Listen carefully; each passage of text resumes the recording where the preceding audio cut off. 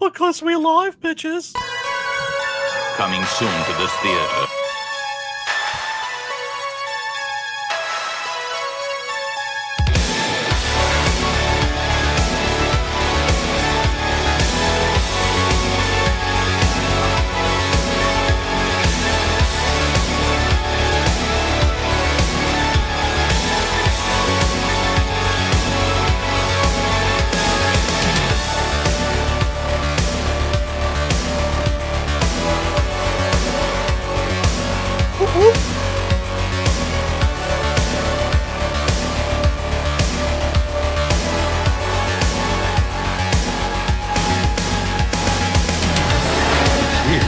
It's alive.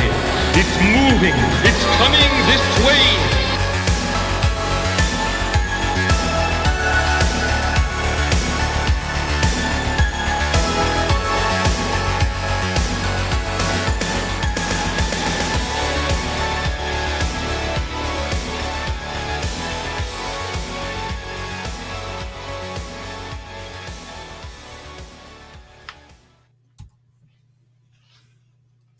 What is up, everybody? It's Brian, your boy, back for another episode of CG Horror Movie Club, the club where, what do? We chillax and we watch monster movies, yo.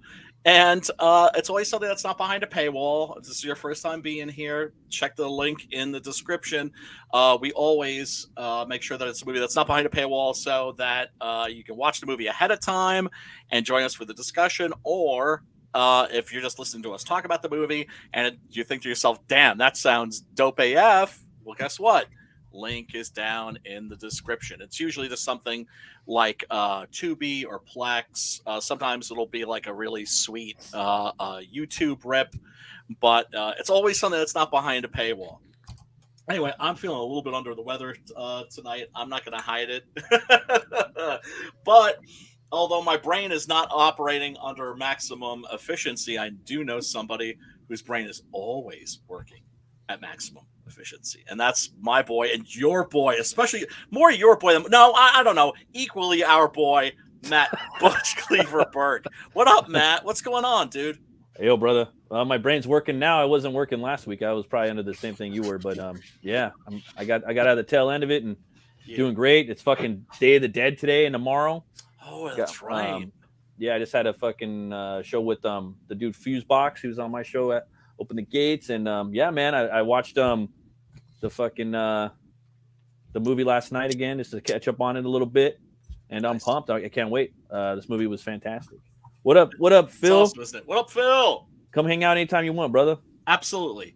Because that's one of the things that we always try to do on the stream. It's always a casual thing. I always drop the link in the Horror Movie Club DM group, and so anybody can pop in at any old time, even if it's just for like 5 minutes or even just a few seconds, to be like, I can't believe you asked me to watch that piece of crap go after yourself. I keep waiting for that to happen. I keep waiting for somebody to be mad, but we'll see. But speaking of mad, we got the madness in the house tonight, yo. We got Pops. What up, Pops? Dude just made me hold that. Man.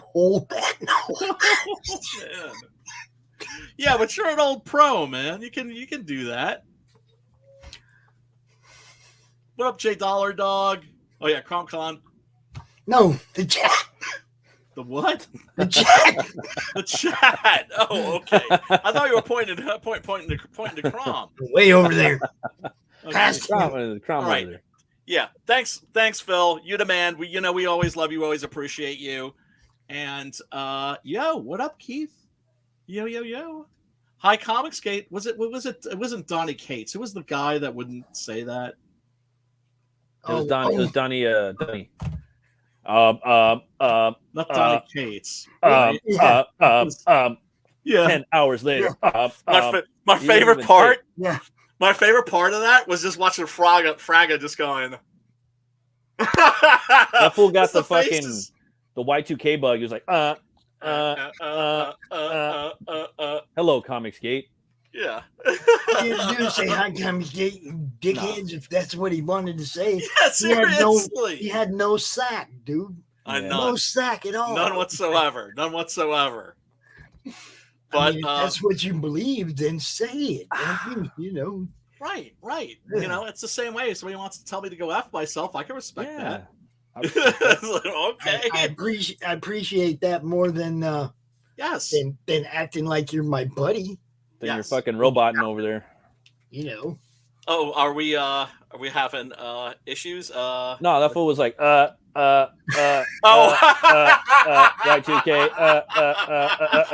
like, dude, just say fuck Comicsgate and get the fuck out of here. Yes. You're live right now. I'm all out of laughs. I didn't want to do this live. I can respect that. I didn't want to do this live. Okay, then hang up because we're live. I know. I know. Yeah, dude. What the fuck? Keep on digging, sucker. Keep on digging. Go write some Venom or something. Fuck. Yeah, no shit, man. No shit. Anyway, he's not here yet, but tonight Anthony Figaro will be joining us to discuss his book God's Hand, second issue of which will be coming out. Now, Anthony, of course, is an expert in all things Nolans, although he says it's not pronounced Nolans, it's New Orleans. So it's like one word, New Orleans. But anyway, he's gonna be hanging out, and since you know, I want to start having more people on to promote their books, and it's great also if then we can have a movie that they can pick or that syncs up with the theme of what their book is, right? And so tonight's movie takes place largely in New Orleans. So what's a better choice than Angel Heart, which I think Matt is actually the one who came up with that one. Hill and Hail 6 a.m. Comics. Yeah, man. Oh, hey, dude, what up? We got MC Mark Marianelli in the house. MC Mark Marianelli eats MCs up like spaghetti or maybe some Cheerios. He masticates his foes. Without a doubt. Actually drawn a sketch card of Crom. Is he really? Oh, yes. Awesome. I have a sketch card of Crom. Awesome. I mean, Fraga. One of my favorite pieces of Crom, actually. I mean, you know, Fraga got all offended when I consoled him over his defeat at Mark's hands.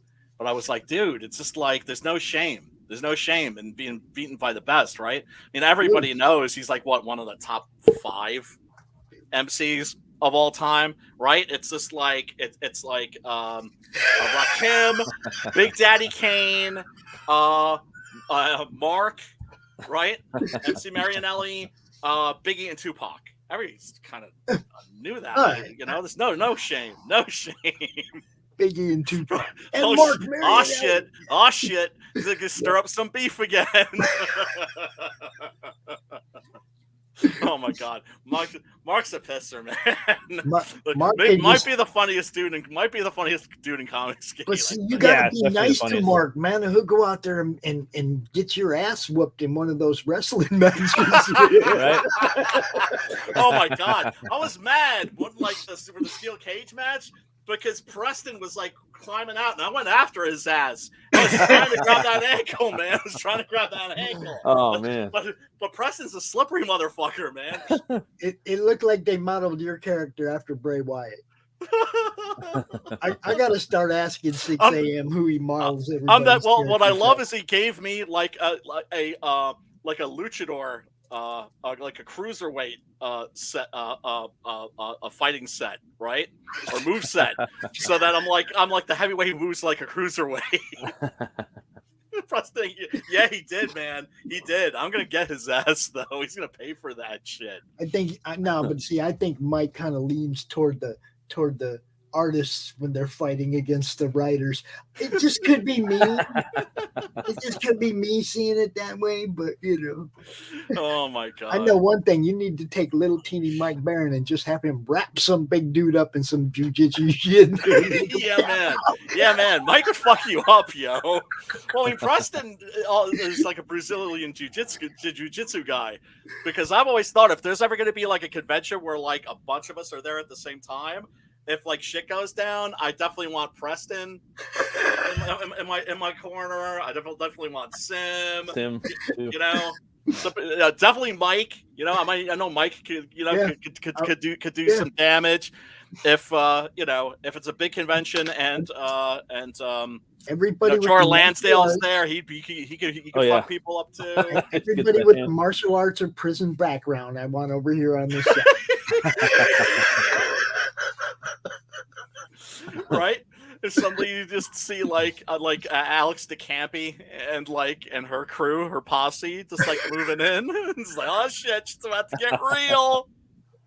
Oh Christ, See, man! I told you, I kind of got that feeling. Said writers could suck it. Hey man, look, I'll always be the first one to say that the artists are always going to be at least more, if not 55%, then maybe even like 60%.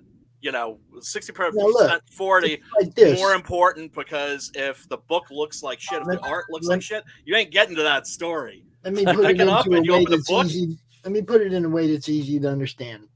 Artists are the front men. They're the rock stars. They're the front men.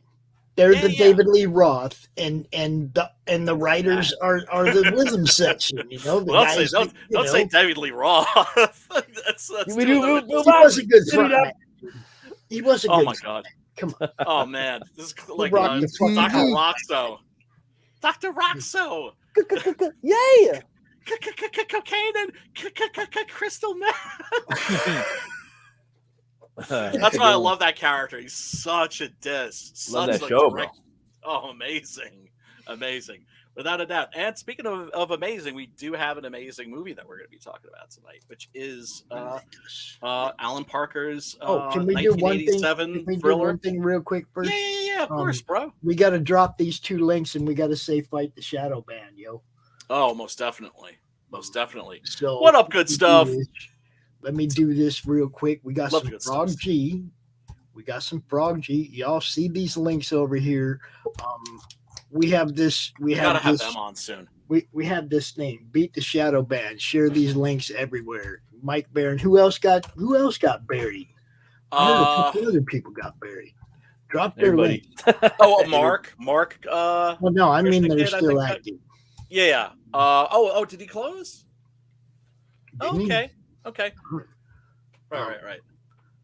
I know. We just can't let them keep doing that to us, though. No, So, no, of course not. And And hey, man, much love. And dude, if you ever want to hop in the club, let me know, because we are a casual stream. People can just hop in on and off as they please. But yeah, good to see you, brother. Always a pleasure.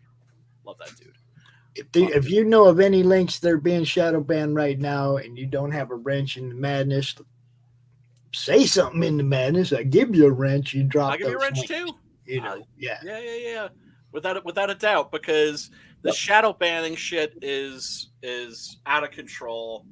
I try telling people, Indiegogo's not our friend.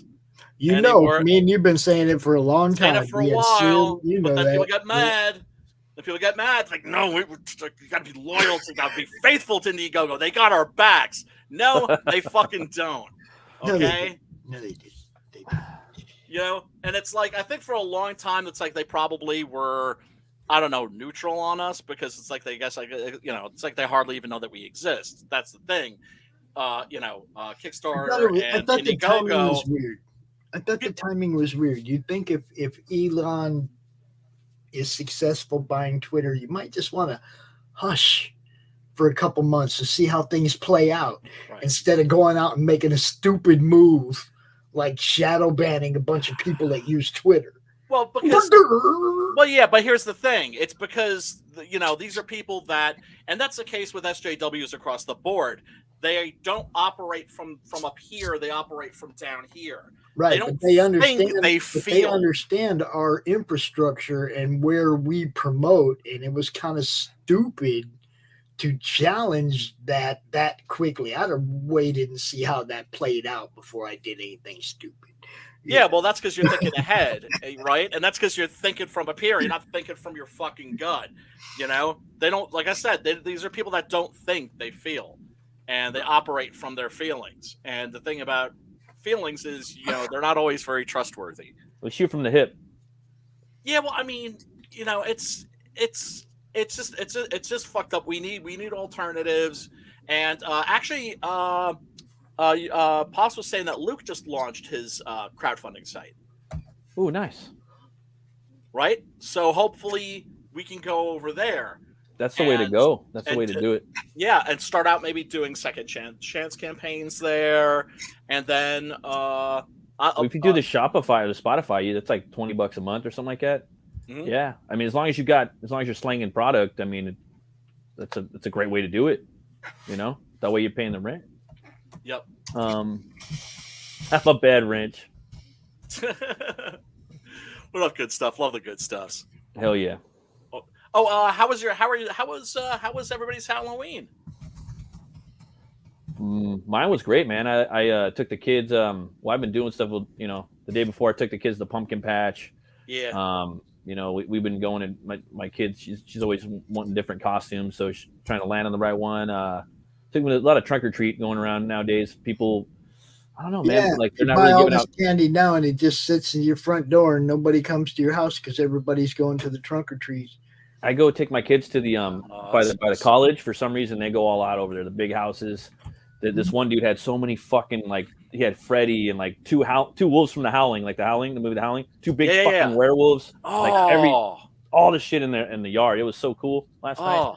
But there's probably like 50 blocks that you could walk up and down by the college. You only need to walk 2 blocks and you're filled with candy. Big ass, and like some of them give like big candies, and I'm like, I'm done. You guys are all candied up. You gotta go to school. But it was cool, man. Then they passed out, and then I started working on some Hellwar, and I was watching Angel Heart last night just to kind of touch up on it, Yeah. So try to be a little bit while sharper. For me too. I need to watch it again, to be honest, just to get all the little parts in there. But what about you, Pop? What about you, Brian? Didn't have like any parties or anything to go to. Had some friends that wanted to do some things. I was just feeling under the weather anyway. But so didn't go anywhere or do anything. But that meant I got to like just hang out here and just watch horror movies all day and work the door. And not as many trick-or-treaters as usual. Right. That's what I mean. That's also because like my neighborhood's been kind of militarized. That's to say they just have like off-duty cops driving around making sure that like that there's only like kids from like the neighborhood and not from like surrounding neighborhoods, because also we live on like we have the black part of town is very, very close by. And yes, segregation still exists, right?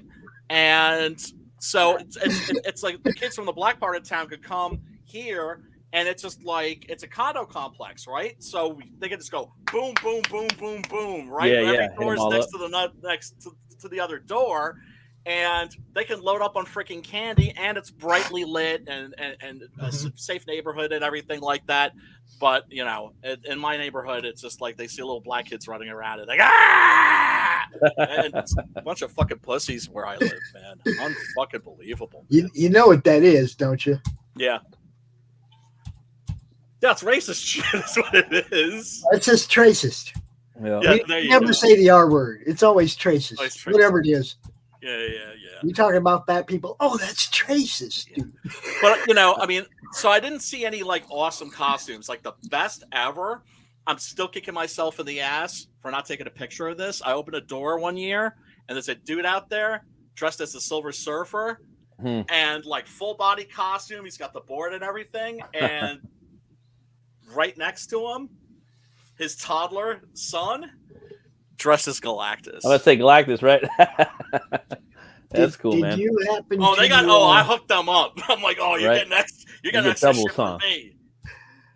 Brian, did you see the Ghost of Marble Past last night? Oh, no, I didn't actually. I clicked on that to add it to my history so that I could go back and watch it later, but I didn't actually watch it. What was going on there? We clipped it down to 3 minutes. We just cut it out of the show if you want to see it. Rock and roll, brother. Oh, we got porn bots already? Oh, yeah. I love Whose channel? Your channel or mine? Where they at? Yeah, mine. But that's all good. But yeah, dude, if you want to share that shit, absolutely. Yeah, it's 3 minutes long. It's the Ghost of Marbles Past. Okay. He showed up at RJ's show last night.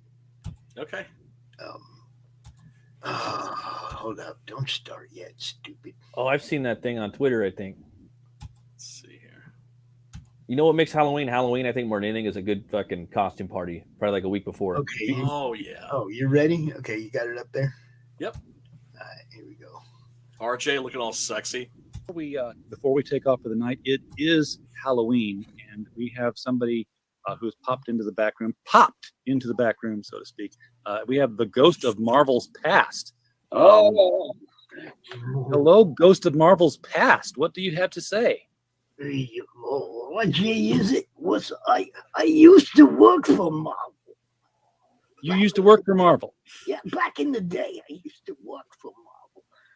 They was pretty cool to me way back when. Then they started trying to replace us all. I don't get it, man. I don't understand, RJ. Why are they trying to kill all of us? You're old. You're old. Ageism is a thing, you know. We don't want to give you a gold watch. We want, we want to hire younger heroes. People still love me, don't they? It's it's a scary world for you. I can understand that. I mean, they make movies on me. They make all kinds of money off me, but nobody wants to be true to who I really am, man.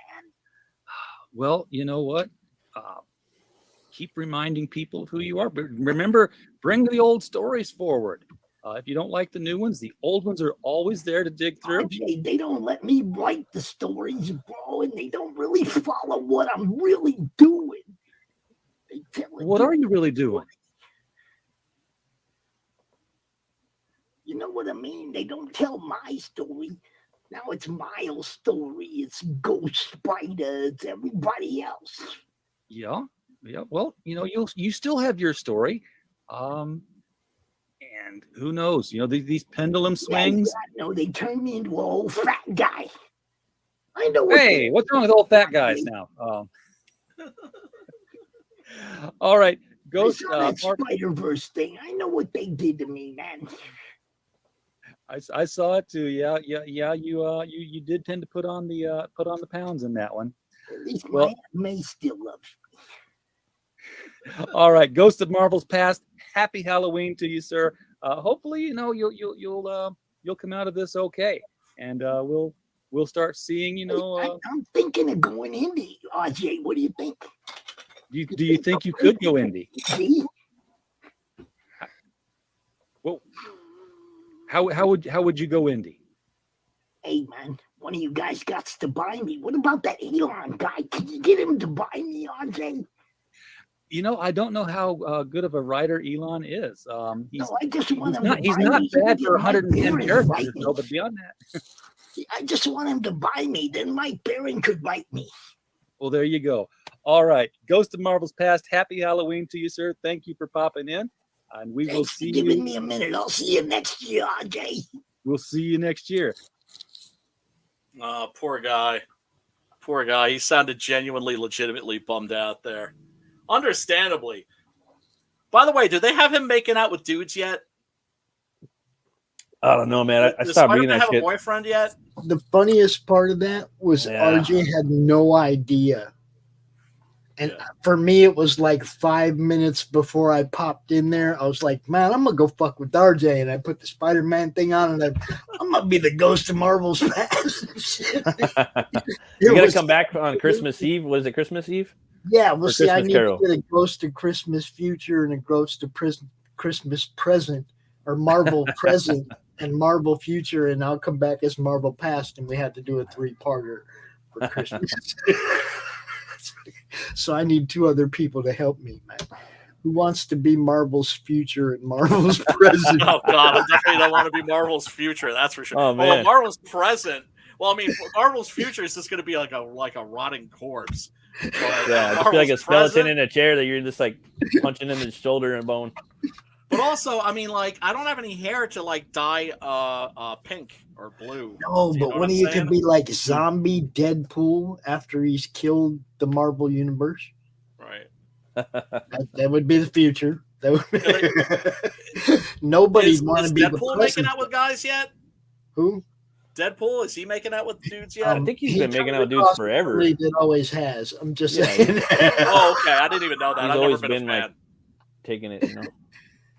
Oh, okay. All right.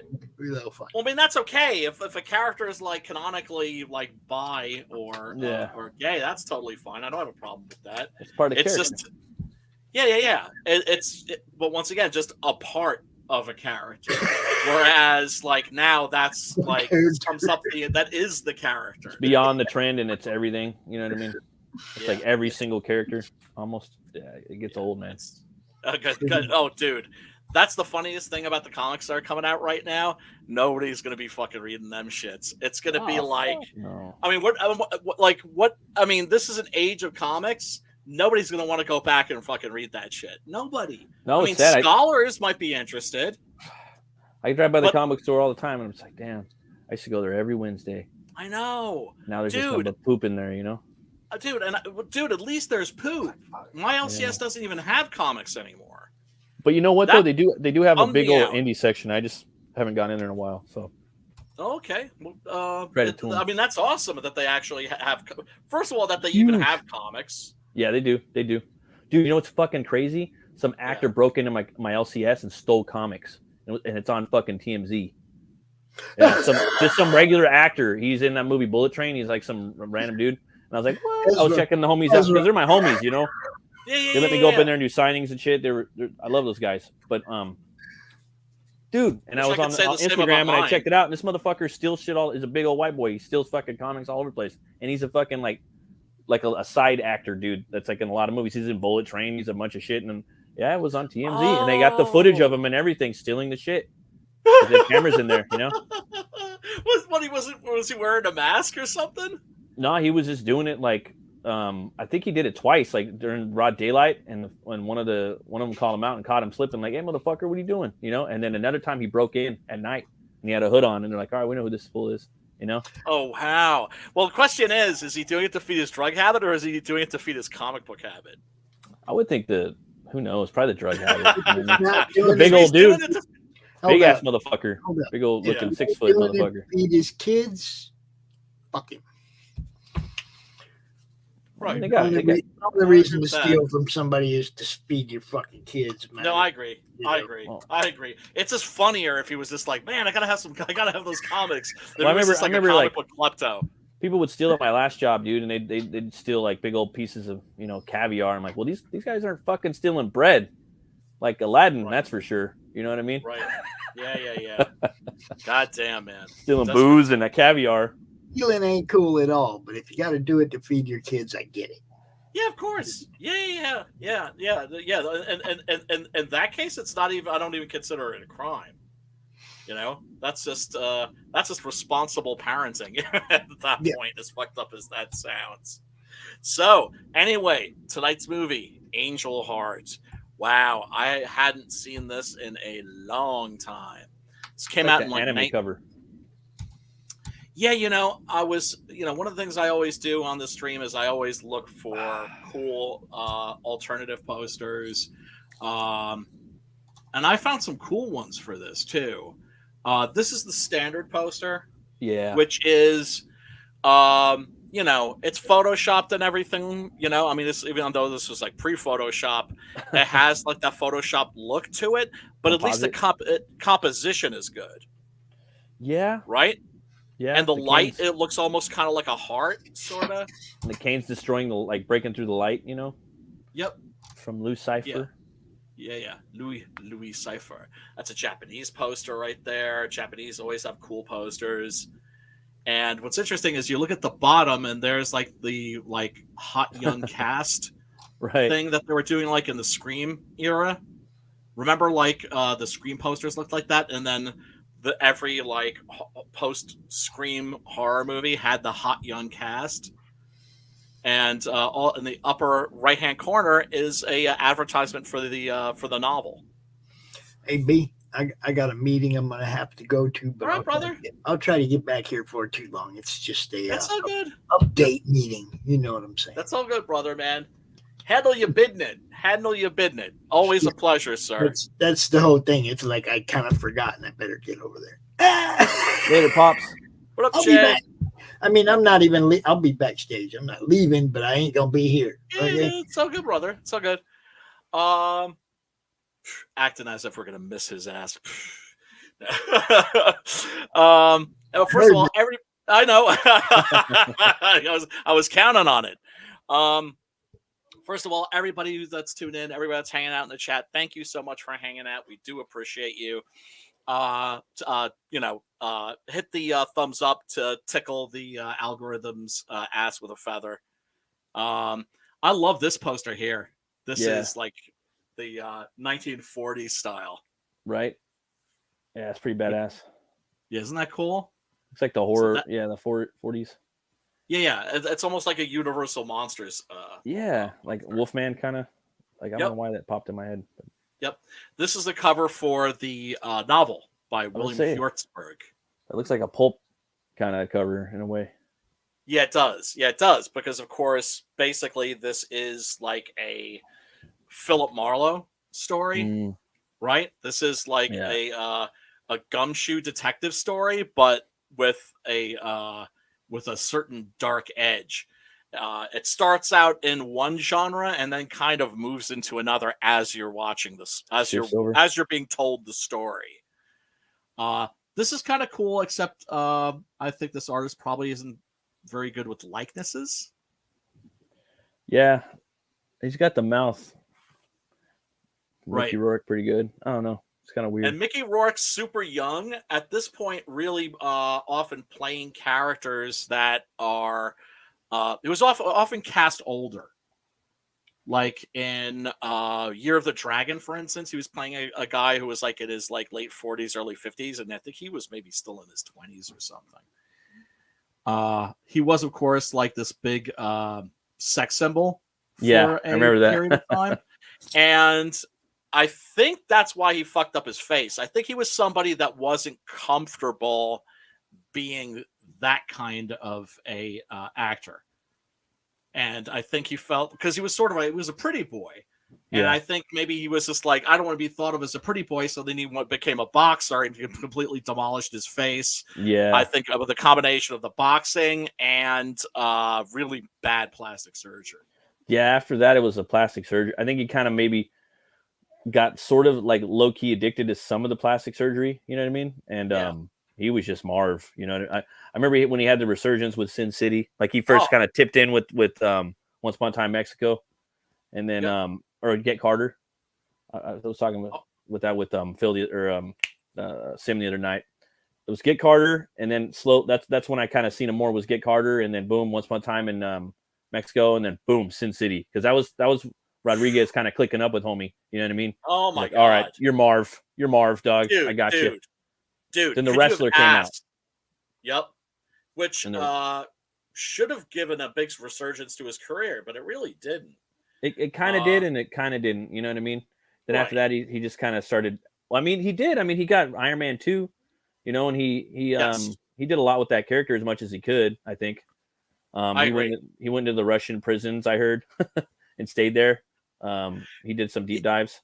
From my understanding, he's a hardcore kind of a dude. Yeah, he always has been. You know, he got really into martial arts and. You know, I mean, hey, dude, I would have hung on to the pretty face and milked that shit for all it was worth, right? Yeah. It's like, really, dude? It's just like, you know, if you don't want that face, I'll take it. Maybe we could do like a swap or something. I think some actors, they're like these, I don't know, these crazy people, like where they have to go out and they gotta chase something bigger, you know? Like I think what was it? Tom Hardy's doing that now. Idris Elba's doing that now. Yes. They're doing UFC fighting, you know. I think it's just something else. They probably want to prove their where they're at in their life, probably. You know what I mean? To see if they could still whoop some ass. But with Tom Hardy, I mean, he was undefeated. Yeah. With Hardy's him, he was fucking UFC. Yeah. With him though, he's undefeated, dude. Fucking what? Mickey Rourke is undefeated. He never lost. Like I knew Idris could throw down, but I didn't know. Yeah, Hardy could throw down. No shit. Oh man, you seen him in Warrior? He got big, dude. That's why I see him in Warrior. I was like, yeah, he could do Bane. You know, he could have played the Latino version. He could have farted that out if he wanted to, but he had to do the Romani boxer. There was a Romani gypsy boxer guy that he based his performance off of for Bane. And Really? he just wanted to switch it up. He wanted to bring something totally different to the role, which I respect that, but I wanted a more Latino approach, you know? But anyway, back to Mickey Rourke, dude. Like, yeah, it's a different character. Undefeated. Yeah, he's not Bane. Undefeated dude, and he's perfect as Marv. And I think they kind of missed the boat too with the Sin City 2. But the thing is, about Sin City 2, sidetracking, I know we were going. No, the stories aren't as good. They're not as good as in the first book or in the first. I still haven't seen it. It's worth the watch. It's all right. It's got Powers Booth's characters in there a little more, and it's got Joseph Gordon-Levitt's in there. He's cool. Yeah, it's definitely worth the watch. And Maloney's in there, and Ava Green. It's good, but it's not as good, and the stories are not as good. Like That Yellow Bastard, The Hard Goodbye, Big Fat Kill. Those are the three hard hitters, and they're just perfect in there. So I was always just thinking they waited too long. They did wait too long. They would have got more money if they kind of put it out quicker. But it's just from the gate, it's just not as good. The stories aren't as good, in my opinion. You know, but I could watch Marv all fucking day. I love that character. And he does come back as Marv in that. He is Marv in there, but the Marv story is so big in The Hard Goodbye. You know what I mean? Yeah. It's hot as hell. You know what I mean? Yeah. Well, Marv. I mean, damn, he was the shit as Marv, and so good. Total non sequitur. But I one of the things I really respect about Rodriguez, although I often am not crazy about his movies, I think he's very hit or miss. Right. Yeah. Alita, I enjoyed. Once Upon a Time in Mexico, not so much. Yeah. He's hit or miss for me. Evidently, he was co-directing with Frank Miller, and Frank Miller came up to him and said, Robert, like the way that Mickey's walking, like that's not how Marv should be walking. That's not the right walk. And Rodriguez just looked at him and went, "Why are you telling me this, dude? You're the director. Go direct." Go tell him. Yeah. So it's just like I admire the fact that he basically was taking Frank Miller under his wing. Yeah, and there's a whole scene he directed too, like where Clive Owen's talking to Benicio del Toro, his corpse in the car, and he hits I love that scene, the bad days, man. The all or nothing days. Well, and of course Benicio always fucking great and everything. That movie's a shit. It's still the best comic book movie of all time. It's like a dick, like straight up, like no, it is, and it's like almost panel for panel. You know what I mean? Yep. Like really good. Three directors, and Taron whatever the fuck. The Japanese have you seen the Lone Wolf and Cub movies yet? Because those use dude. First I recommend that you check out Shogun Assassin. That's like basically an American distributor took 2 of the Lone Wolf and Cub movies, diced them up, edited them together, dubbed the film, and gave it a new soundtrack, like a synth soundtrack. And it should have been a catastrophe, and instead it's awesome. I'll have to check it out, man. Oh my god, dude, you would love the hell out of that. Definitely keep an eye out for that. Oh, I heard a clunk. It's crazy how Mickey Rourke's voice changed so much. What's up, man? How you doing? Good. We're just talking about Mickey Rourke and Angel Heart and how Mickey Rourke. Be right back, guys. So, yeah, I was. My wife actually sent me a couple of links about how this has something to do with Paradise Lost. I gotta find a link. But also how it's I think it's not is it a remake? It's an adaptation. It's an adaptation of a novel from William Hjortsberg. That's right. Who's probably best known to sci-fi, fantasy, horror fans as the guy who wrote the screenplay for Ridley Scott's Legend. Oh, really? Yes. Okay, cool. Yeah. And I've read the original screenplay of that, and it's way darker. Oh, yeah? And harsher. Yeah. I'm trying to remember the name of Mia Sara's character in that, the princess character. But Darkness gets himself a little something in the original script of that, if you know. Oh, really? Yeah. See, that was the weird thing about this movie is I Mickey Rourke, if I'm understanding the relationship between all the characters, didn't Mickey Rourke, wasn't that an incestual sequence at the end? Yeah, but you don't realize that until the end. Right. Okay. Right? Well, It's meant yeah. to be. It's meant to be a surprise. Now, well, first of all, folks, the plot of Angel Heart is pretty simple. Mickey, it's sort of an amnesia thriller.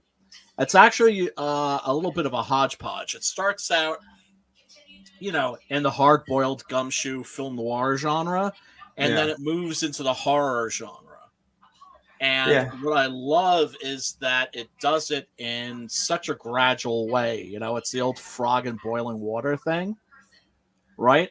It just doesn't just drop you in. It just like gradually just turns things up and up and up. And what's so masterful about that is how you're constantly left guessing. And this is back in the day when films were advertised in a way that was a little more ambiguous. This movie didn't do well when it came out theatrically. In fact, it was a failure. That's what we were saying. That's what my wife was saying. Yes. And I think that's because it was holding its secrets. As opposed to something like one of the things that drove me crazy about the advertising campaign from Dusk Till Dawn is that it was advertised as a vampire movie, and there's vampires all up in that trailer. Mm-hmm. And when you read the original script, it's very obvious that's supposed to be a surprise. Yep. That's supposed to come out of left field. If they'd had a more ambiguous campaign, right, from Dusk Till Dawn, right, you just think to yourself, well, that could mean a bunch of things. It doesn't necessarily scream vampires. Hail Frankie. But then when you find out it's got vampires in it, oh, okay. Right? Yeah, it seemed like it was like packed full of vampires, like not all the way throughout, but they as soon as they got there, it's like, all right, there's a bunch of them. They're like everywhere. It's a 70s crime thriller. Yeah. Right. Yeah. And a little bit of like a hostage story. And then halfway through, they arrive at that place, and suddenly there's fucking vampires everywhere. That was supposed to be a surprise. Like an anti-hero. Like he's an anti-hero somewhat, isn't he? George Clooney? Oh, George Clooney's character? Oh, yeah, very much so. I would say he's a full-on bad guy. Oh, yeah, he is a full-on bad guy, but... I guess he emerges into an anti-hero later on. Exactly. Yeah, because he is a full-on bad guy, but also he loves his brother. He'll ID Christ. All the bad shit that he's doing is for his brother. Oh yeah. And he's just comes to realize that his brother is just completely hopelessly fucked up, but that's still his brother. Hey, you don't like that? Yeah. So he's loyal, right? Yeah. Yeah. I mean, it was almost like it's the same kind of relationship you have, like, this is going to go a couple of different places if you let me, so I'll try and hold myself back. Yeah, that's what we do. I mean, it gets obscure because this has something to do with what I was listening to earlier, where like, when you talk to certain people, hey, ID. I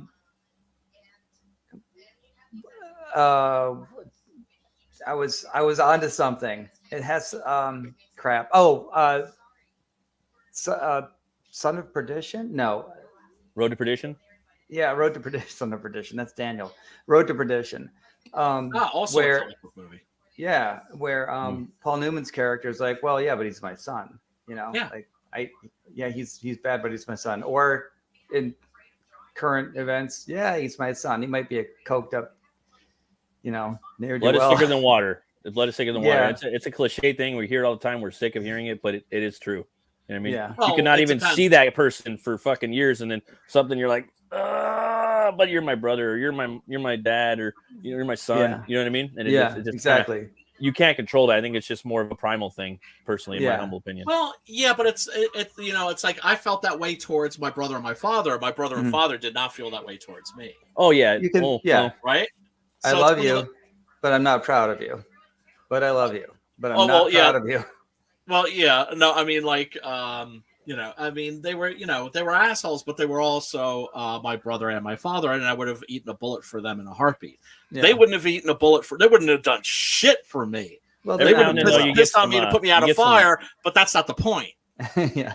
Every now and then you get some wicked people, though, that there is no they don't have the blood thicker than water. You know what I mean? But it's I'd say My father 90%. never had that. 90%, but there's that 10% where they're just like they don't give a fuck about you. You know what I mean? Yep. Yeah, those are definitely. those are borderline Some evil wretches. personality disorders. Yeah. Yeah. But I just put a link up, the one that my wife sent me. It's actually in the long dark legacy of William Hjortsberg, Supernatural Noir. Hjortsberg. It's Yeah. it's a German name, and in fact, there's a character name in this, Liebling, I think, which is Isn't that the German, lawyer? Yes, and Liebling is a German word which basically means darling. Okay. Now, Johnny Angel was killing. Was he blacking out, or was that Louis Cypher doing it? No, I'm pretty sure. I'm pretty sure it was him. Pretty sure Okay. it was him. That's what I thought, because he had the dreams and everything. Right. Yeah. Right. And man, just the way this movie's shot is. I love that angle, that warm eye view right there. Yeah, I'm expecting a spinner to come out of nowhere. Well, here's the thing, and Spawn. it just hangs on this For a right? minute, and it bounces away and it comes right back too. You right, know? and it's one of the things that distinguishes films from the modern era from the previous eras is that modern films are always boom, boom, boom, boom, boom, boom, boom, boom, boom. Yeah, They're always hate that like shit. fast edit, fast edit, fast edit, fast edit. Like, let it cook a little bit, dude. Yeah, exactly. And especially when you have a painterly shot like this. Yeah, you don't need money. That's all you need. It's that That's all money you shot. need. Like Right. that perfectly staged money shot. You can have things come into that perfectly staged money shot. The background is the star. Yeah, and you got the fog coming up out the sewer and the housing and Yeah, it's man. atmospheric as fuck. So good. And the guy who wrote it. Yep. Would you guys consider this like noir-esque? Oh, it absolutely is a noir. Yeah. Yeah, it's film noir, and even this 80s shot. style, huh? Yeah, but also if you look at this shot, this is black and white in color. This shot for sure, right? That that silver blue, The Crow, lens. for instance, the chrome. Oh, the Crow does it. That's how you do it modern wise, I would say. Yeah, it's black and white in color. Yeah, and then you had the Crow 2, the Crow City of Angels, which is Amber. sepia. Yeah, sepia. Yeah. Right. So it looks like an old looks like an old German silent film. And it feels like that. Like if you go down to downtown LA at night, it's like that. It's golden. It's amber. You know what I mean? It's sepia. Like it looks like. I mean, it has nothing to do with the style, but it's that color. I mean, anywhere it's like that. It doesn't really fucking matter. But they really encapsulated the feel of LA. You know what I mean? At night. Really? Was it good? Yeah, that's interesting. It's worth the watch. It's worth the. I mean, the first one. I love that movie. I like the second one. I like them both. They're just different. Yeah. The first one's way better, but the second one's pretty dope too. Yes. And the second one suffers from what is obviously some post-production fuckery. Oh, really? Yeah. And there is a version that's out there that tries to reconstruct what that movie originally was supposed to be. I gotta see that.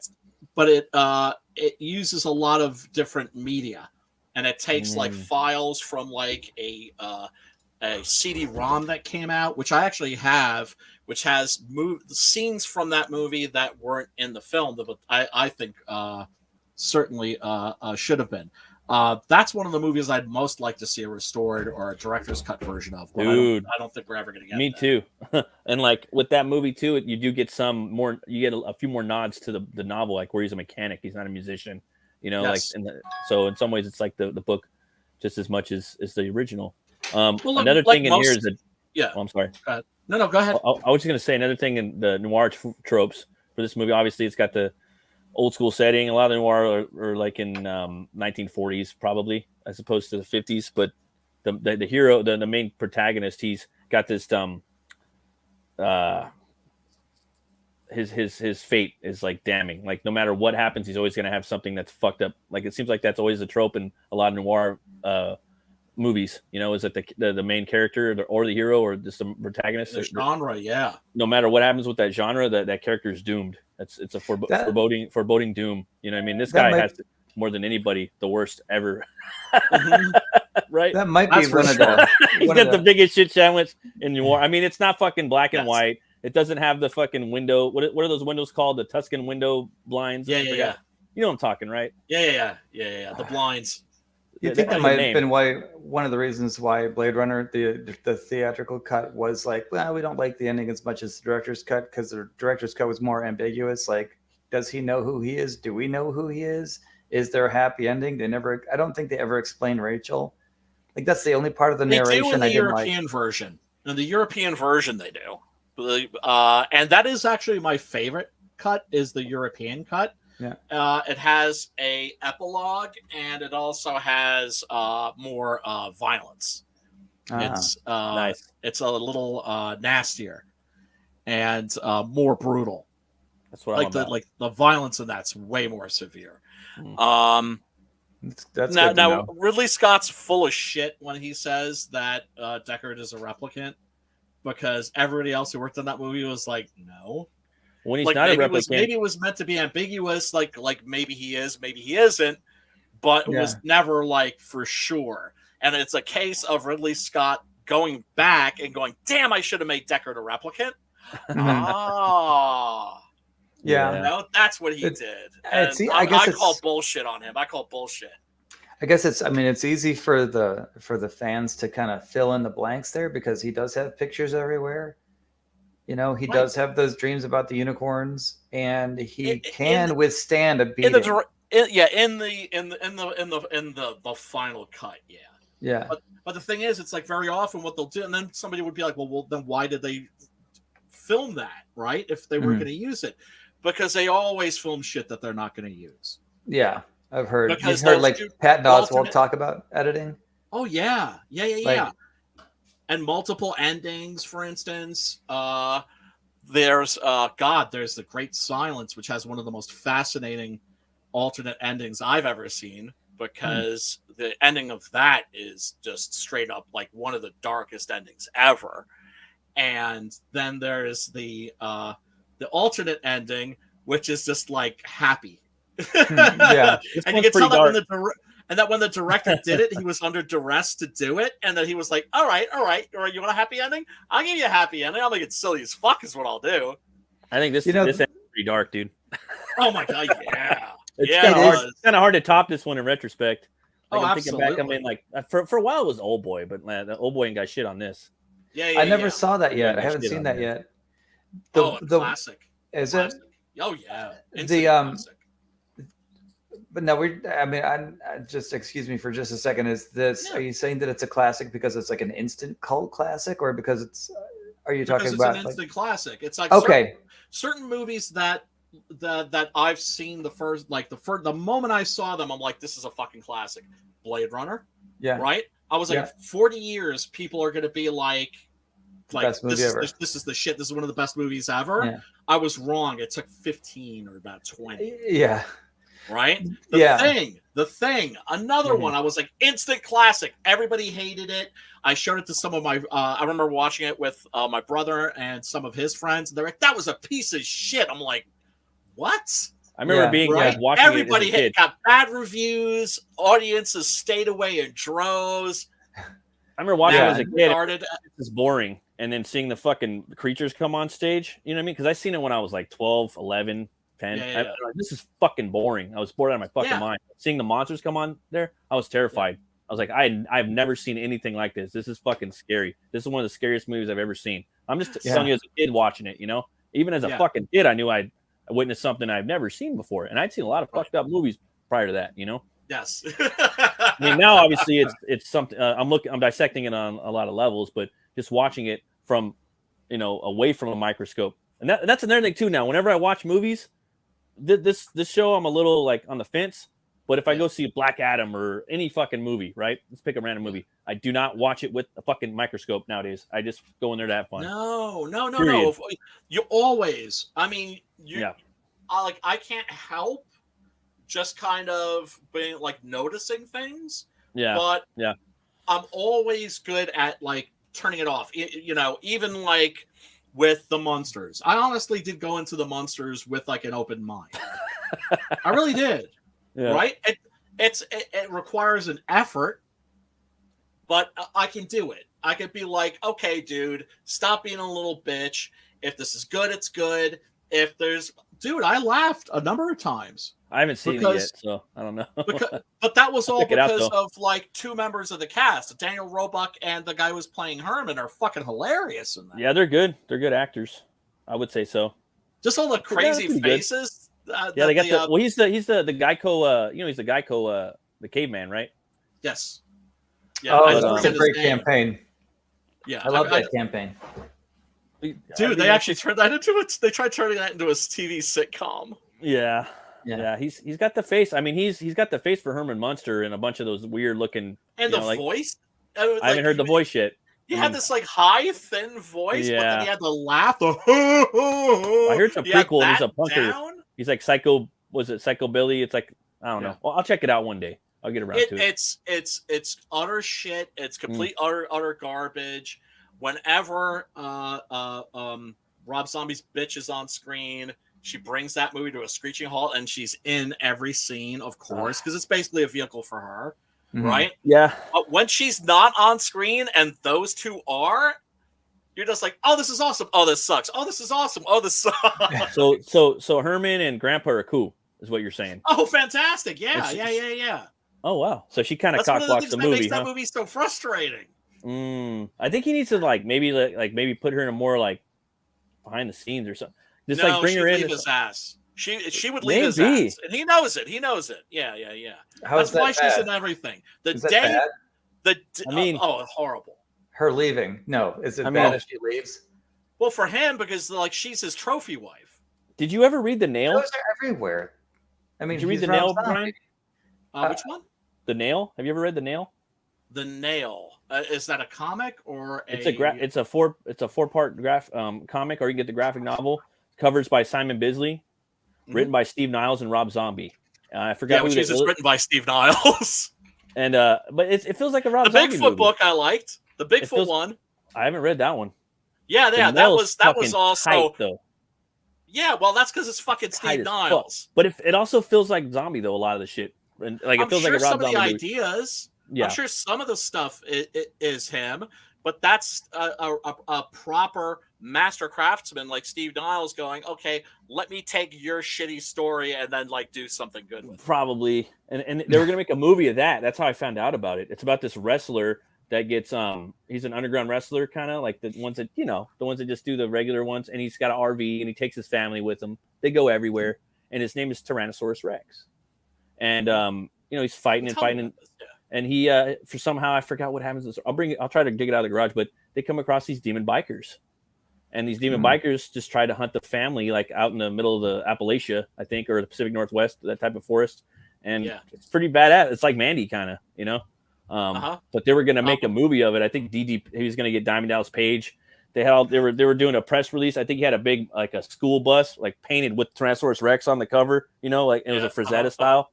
I was like, where the fuck's this movie at? Like, this is something you should do. It's a little something different. You know what I mean? I would watch that. Maybe not put your wife in it and fucking bring in Niles and just kind of have a bunch of people do it. I think it was going to be like Trejo or DDP. One of those two were going to be the character, I was all for that shit.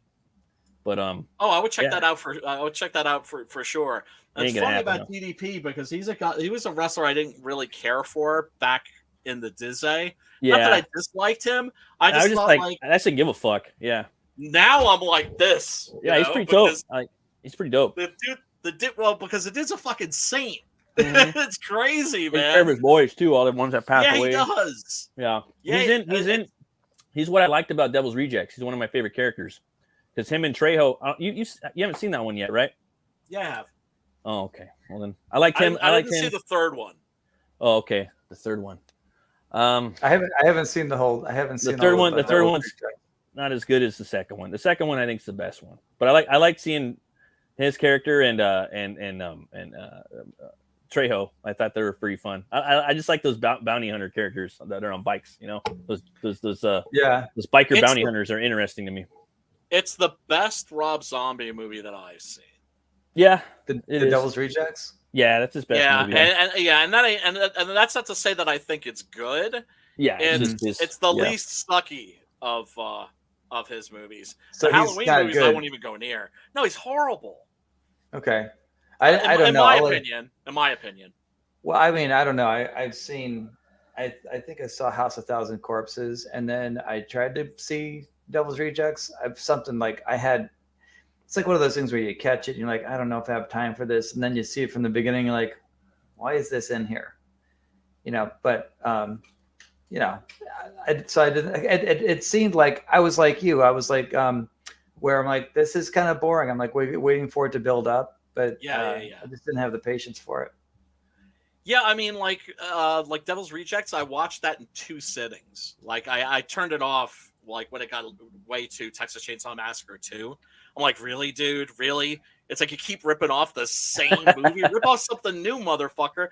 Frankie says I turned down the color and watched The Monsters in black and white. It didn't save it, but it helped. You know what's odd? I actually liked the color. Yeah. I actually thought that was one of the few things in that movie that was actually made it visually interesting. But I mean, once again, it's like the script is bad, and every time, Rob Zombie's bitch is on screen, it just it comes to like a screeching halt. It's like I'm talking about like Sofia Coppola, bad. Like who let that butt nut out on the sound stage? It's just bizarre. Yeah. What's crazy about Mickey Rourke? Oh, I'm sorry, what were you saying? No, I was also going to say I was really annoyed that I don't know how that's because we digress all the time. But that's a cool thing. But this character, oh yeah, was that not the Uncle Gil, Uncle Gil, Gil is in the Monsters movie, right? There's a lot of actors in there, dude. A lot of like character actors I've seen, but I didn't watch. Patrick plays a robot. Preacher, I think. that marries them. And when Uncle Gil shows up, it's literally a guy in a creature from the Black Lagoon, rubber mask and gloves. It's like not even a makeup or a good costume or anything like that. Yeah. And I'm sure like his fans are going to be like, oh, well, it's bad, but it's bad on purpose. It's supposed to be bad. I'm just like, whatever, that's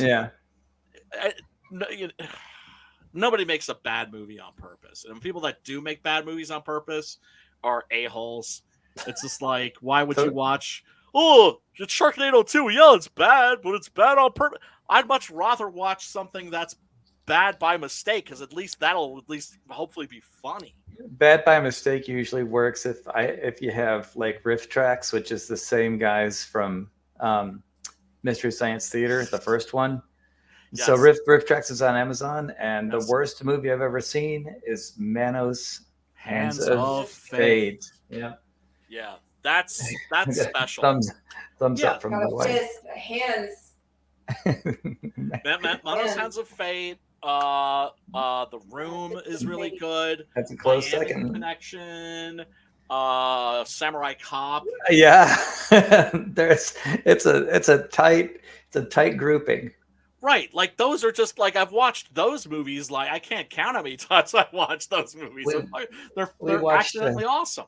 Yeah, we watched Samurai Cop. That was crazy. And like the one of the first scenes, he's got the baseball cap with the bad wig because he cut his hair before they shot it. Oh my god! And the whole thing where he's trying to pick up the nurse. I'm like, yeah, it's bizarre.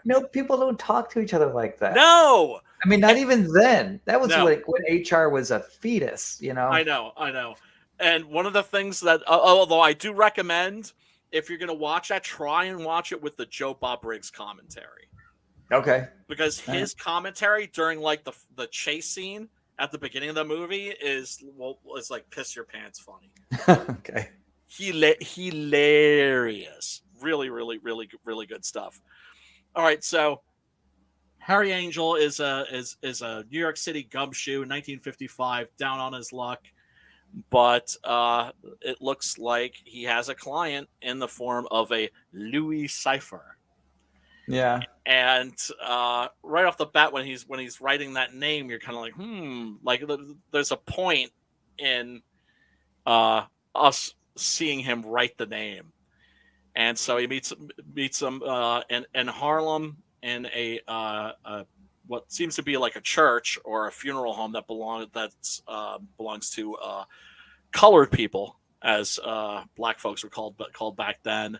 And I just love this shot where he's just like walking by an open doorway, and it's explained like one of the mourners blew his brains out, and this colored lady is like basically scrubbing his brains off the wall.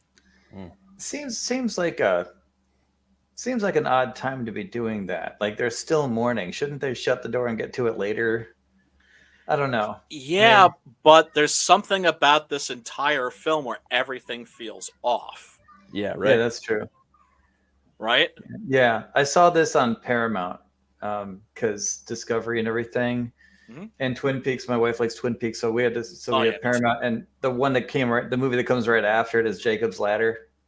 If you like that, you'll love this. Well, yeah, maybe, but if you love this, you're not necessarily going to love Jacob's Ladder. I know a lot of people love that movie. It has its ardent defenders. I never liked it because I always felt that the end was cooked up on the spot. It's one of those films that reeks of a writer that didn't have their ending and painted themselves into a corner and came up with something which was very, very lame, which was, it was all a dream. That reminds me of St. Elsewhere. Oh yeah, where the whole series was just like a hallucination or in the imagination of like an autistic child staring into a snow globe. Yeah, for a really long time. Yes, and I remember watching that and kind of admiring the balls. Right? I was like, well, that's a ballsy move, but it's also a stupid ballsy move. Yeah, like what are they gonna do? Yeah, like show's over. I got paid. Yeah, I got pizzade. Yeah, right. As opposed to something like the ending of The Sopranos, which a lot of people got pissed off over, but that's because they got pissed off because modern audiences can't handle ambiguous endings. I never saw that, but one of the things I'll always the Sopranos always reminds me of The Shield, and only because one of the guys I used to work with said, The Sopranos is amazing. It's intense. It never lets you go. This thing is crazy. And I remember watching The Shield and going, my heart races while I'm watching that. There's no telling what's going to happen. And when it ended, I'm like, wow, yeah, he trapped himself. Like he just, if you haven't seen it, you haven't. I haven't seen. I watched the ending of The Sopranos just because everybody was talking about it. Yeah. But I never like regularly watched The Sopranos. I actually Well, neither did I. I saw. I know there was like some humor and stuff like that, but anyway, The Shield is just, in my opinion, it's crazy. Like if you've seen Sons of Anarchy, it's better than that. You guys seen Boardwalk Empire? I have a not. little bit. No, my brother wanted me to watch The Wire too, but I never watched that. I'm watching Deadwood right now. Deadwood. Is that Cowboys? Oh, yeah. Deadwood. Yeah. That's a good show, man. It's really good. Yeah, it is. Yeah. I like Swear Engine. He's pretty good in there, and it's like it was like a real metropolis of a western town up in the mountains of Dakota that left. It's no longer there, but we just see how everything. Yeah, basically a brutal mining town. Yeah. Okay.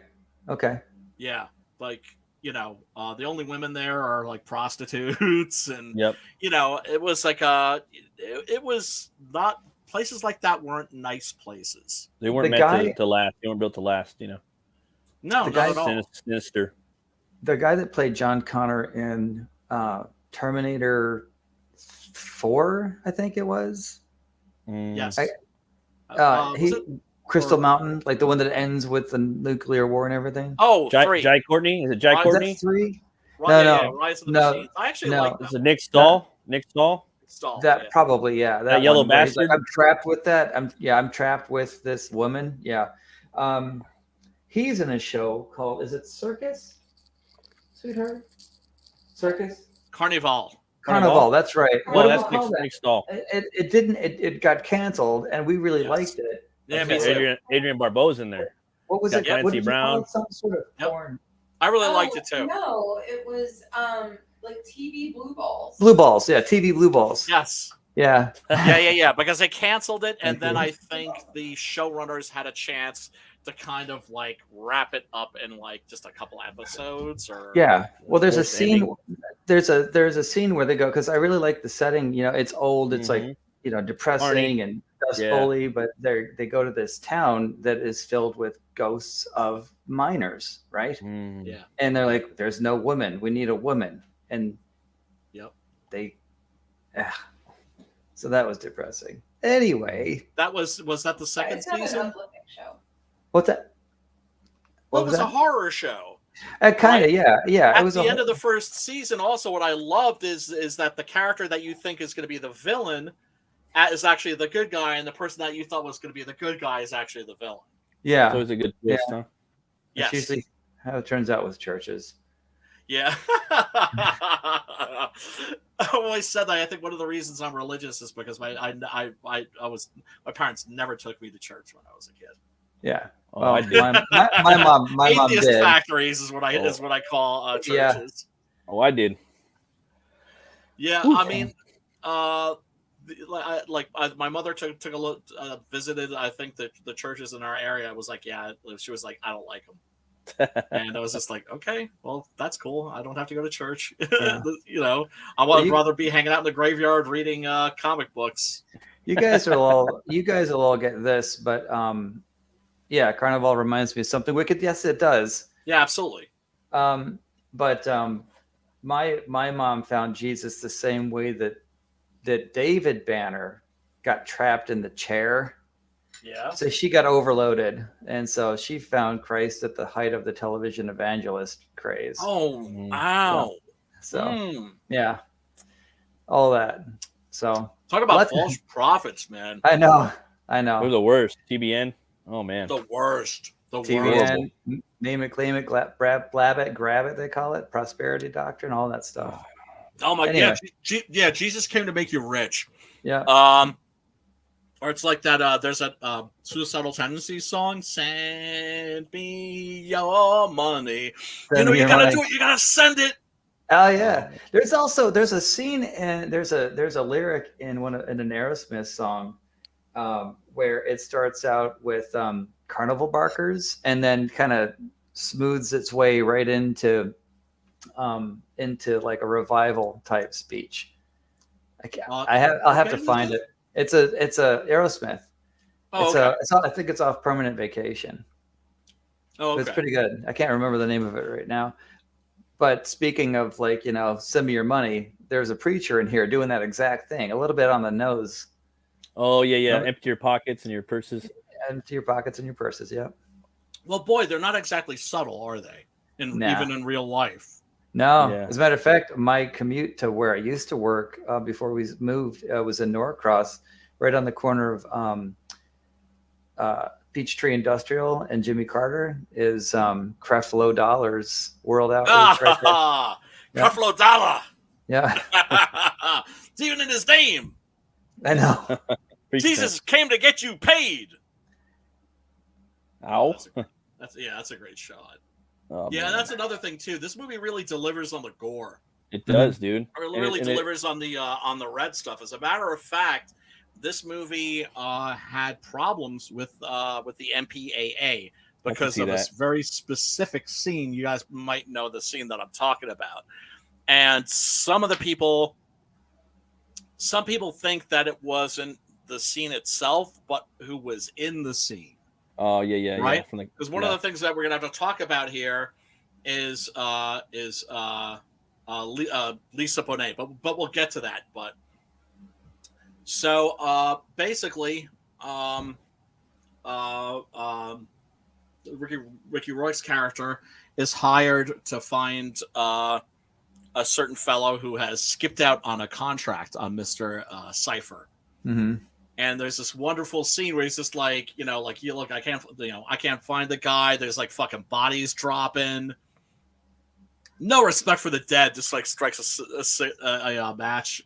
He's good at that, huh? He's good at that. Just popping the matches all through the movie. Yeah. The strike. His voice, dude. His voice just like totally. It used to be so light, and it got so grisly. Like he just dropped from all those years. You know what I mean? Of all that shit he's been through. Well, also, I mean, it's like you look at how young he was, and once again, he's playing a character that's much older than he was. He was always cast older. How old is he there? You think? Like 35? Oh God. Maybe even younger. Maybe even younger, huh? Yeah, because also it's just like I mean, the guy was very sort of I don't want to say baby faced because I'm kind of baby faced. He's kind of baby faced for sure. Sort of, kind of, but not full Sorta, baby face. Yeah, right. But it looks good without a beard. I'm baby faced in that, like, I need a beard. Or me too, man. I got a baby face too. Like David Tell, you look like a big baby. Wah! Give me the titties. Yeah. Right, but there's this wonderful moment where, and that's the thing too. Robert giveaway De Niro ring. was. Oh yeah. Yeah, I mean the name is a giveaway. That don't even look at the fucking ring, dude. Like, and the first time I watched this, I'm like, yeah, Lewis, yeah, Cypher, yeah, sure, yeah, whatever, yeah. I didn't even fucking think about it. Like Frankie knows was talking. No, I didn't even think about it. Me neither. And then the big old ring right there he's got on his fucking Freddy Krueger claws sticking out, grinding up that shell of the egg. I mean, it's kind of obvious, right? Yes. Yeah. Well, it's hinting. It's hinting, but once again, you don't know. Are you dealing with the supernatural here, or not? I thought it was just Alan Moore. I was just like, it's just a warlock. You know what I mean? That's exactly. what my brain's telling me. You know. When I first saw this, that's exactly what I thought. I was like, homeboy's into the occult. Anti-Liberace. Right. Homeboy's into the occult. Yeah. Straight up, absolutely. Dude. And De Niro, at this point in his career, had ceased to give a shit. He was already the De Niro that, phoned in his performances. But every now and then he was present. And I think he was very much present for this. Yeah, he was good. He's very good. He's just, and he mentions like to Rourke's character, like, in some cultures, the egg is a symbol of the soul. Yeah. And you see him just very carefully stripping off, right? He's like rolling the egg, crushing the shell, then he starts stripping it off. Yeah. And he salts that fucker. Yeah. Blows on it and chomp. Yeah, eye to eye. That's that Cape Fear hair, like Cape Fear coming out of Cape Fear look right there. Another movie that he's like 100% present. Solid as fucking. I liked him in Frankenstein too. I'm sorry, dude. I love that fucking movie. And he did two roles in there. Two roles. He did that pirate, you're not sticking that in me. And then he did the other, because I'm sorry. He's not really part. I feel like he's not present though in that one either. A lot of stand-in work, evidently. Like he really kind of didn't want to supposedly wasn't that into it. I mean, he looked pretty dope in there. I don't know. I loved his performance in there. I thought he did a good job. I like the idea that they, you see the pirate and you're like, well, that's Robert De Niro. That's going to be at least the head. Like that's where the head came from. But I mean, the makeup is startling. The makeup is incredible. And the strength when he throws that guy in the trench coat. Oh, it's fucking. But you notice that he heals throughout the movie. Yeah, he's healing the makeup the movie, picking his stitches out, and it's healing. And he's talking about he's killing the kid and crushing his throat. And I don't know, man, it was scary. I thought he was believable. And for me, you got to take into consideration. All I know was Korolev. I didn't read the book by that time either. You know what I mean? I didn't know how smart the monster was. I mean, later on. I'm sorry. I was gonna say, like, one of the things I find annoying about that movie too is Kenneth Branagh with his shirt off, like trying to be all hunky. Yeah, shit. I mean, in retrospect, he could have probably left his shirt on in that part. You know what I mean? Also it takes so long to get to the that, and it takes so long to get to the creation of the monster. It does take a minute. It does. It's even less Mary Shelley's Frankenstein than Bram Stoker's Dracula is Bram Stoker's Dracula, right? Because it's Francis Coppola's Dracula. No, it is. It is. Which is fine. But yeah, I love the reaction shot on Mickey Rourke right here. Right. You can hear him like gulping.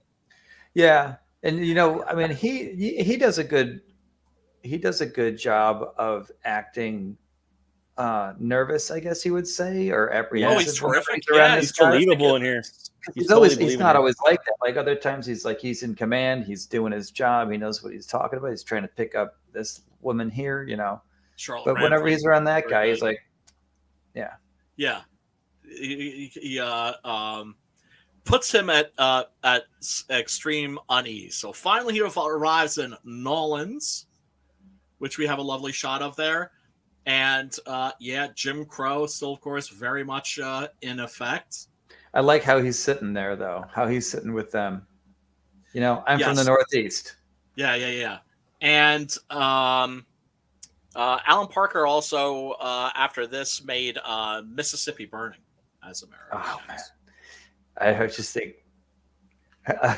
Gene Hackman with a handful of balls. That's all I ever. Yeah. Whenever I see that movie. Yeah. So here we're introduced to Lisa Bonet and her nipples and her bootay. A lot of people think that the scene that got this movie into trouble specifically because of her and the fact that she was like supposed to be very pure and pristine because she was on the Cosby Show. And Bill Cosby himself was furious. In fact, I think, didn't she get fired from that show because of this movie? I think she got replaced with an older sister, maybe. Isn't that how that went? So. Yeah, I think you're right. Because Bill was furious. Like that could have been me. One of the most prolific serial rapists in history. Right? Yeah. You put the jello in the pudding.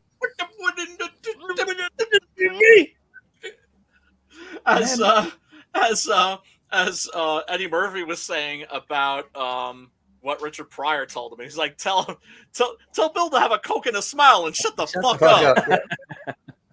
Oh man, Jello pudding eating motherfucker. If he calls again, tell him to suck my dick. Funny. God. Can you imagine how that call would have gone down if it happened? Just like, oh yeah. By the way, Richard Pryor says to suck his dick. Yeah. Lie. Click. But isn't it always the case that it's the people that are always minding other people's business? Yeah, they're reflecting of who they are in reality. You know what I mean? Yes. It's like a projection. Exactly. Yep. It's, the people that are always wagging their finger at other people, like the biggest fucking sinners, man. If it was Lucifer, that's a good one. Excellent idea. I didn't like De Niro Stein. Didn't like De Niro Stein.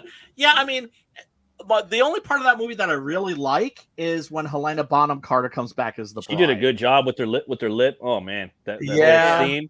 It's all fucking tweaking and shit. That as for him healing through that in The Bride, which is a kind of sequel of sorts to The Bride of Frankenstein, more fantasy than it is horror. Although, of course, it is still horror because it's Frankenstein. Clancy Brown plays the monster in that, and gradually, and it's done in a very subtle way. You see his wounds healing, and he starts looking better and better until you get to the end of the movie, and he's actually kind of handsome. Wait, which one? Which version is The this? Bride. The one with Sting? Is that the one with Sting? Yes. Dude, I gotta watch that. It's on Tubi. It's fantastic. I love that movie. I love Clancy Brown. I'll watch it. I love Clancy Brown is in. Yeah, Clancy Brown is in. He plays the monster. He plays the monster. Frankenstein plays. Sting plays Frankenstein. And Jennifer Beals plays the bride. Yeah, I'm going to check that out. I'm always down to see like a cool version of the Frankenstein's monster, like put to film. You know what I mean? Like the one that's closest was the Luke Goss one with Donald Sutherland, I think, and William But Hurt. the It was a TV makeup, movie, dude. but the movie was just lacking. It didn't have the Well, balls. It was missing because something, dude. it's- It didn't have the It hype. was anemic. Like the Brano one is like has the music, it's got Bloodless. the effects, it's got the fucking Yes. hype, it's got the sets, it's got fucking what is it? John Cleese is in there with his monkey paw. It's got little things here, little tweaks here and there. That movie is still the best, in my opinion. Yeah. I'm not saying it's bad. I'm not saying it's bad by any stretch of the imagination, right? I'm not saying that it's not like a pretty good movie. It is. But yeah, the one with Luke Goss. That's the one. The makeup in that, it's just like if you met that guy walking down the street, you wouldn't even like look twice at him. He didn't look anywhere. He didn't look like the monster. It was like he was a sexy monster. Yeah. And the only time I've seen the sexy monster done well was in the Frankenstein TV series that was going to be produced by Martin Scorsese, but he backed out at the last minute, I think, because of creative differences with the production company. That was based on the Dean Koontz novels, right? Like the and older Frankenstein, the modern ones, right?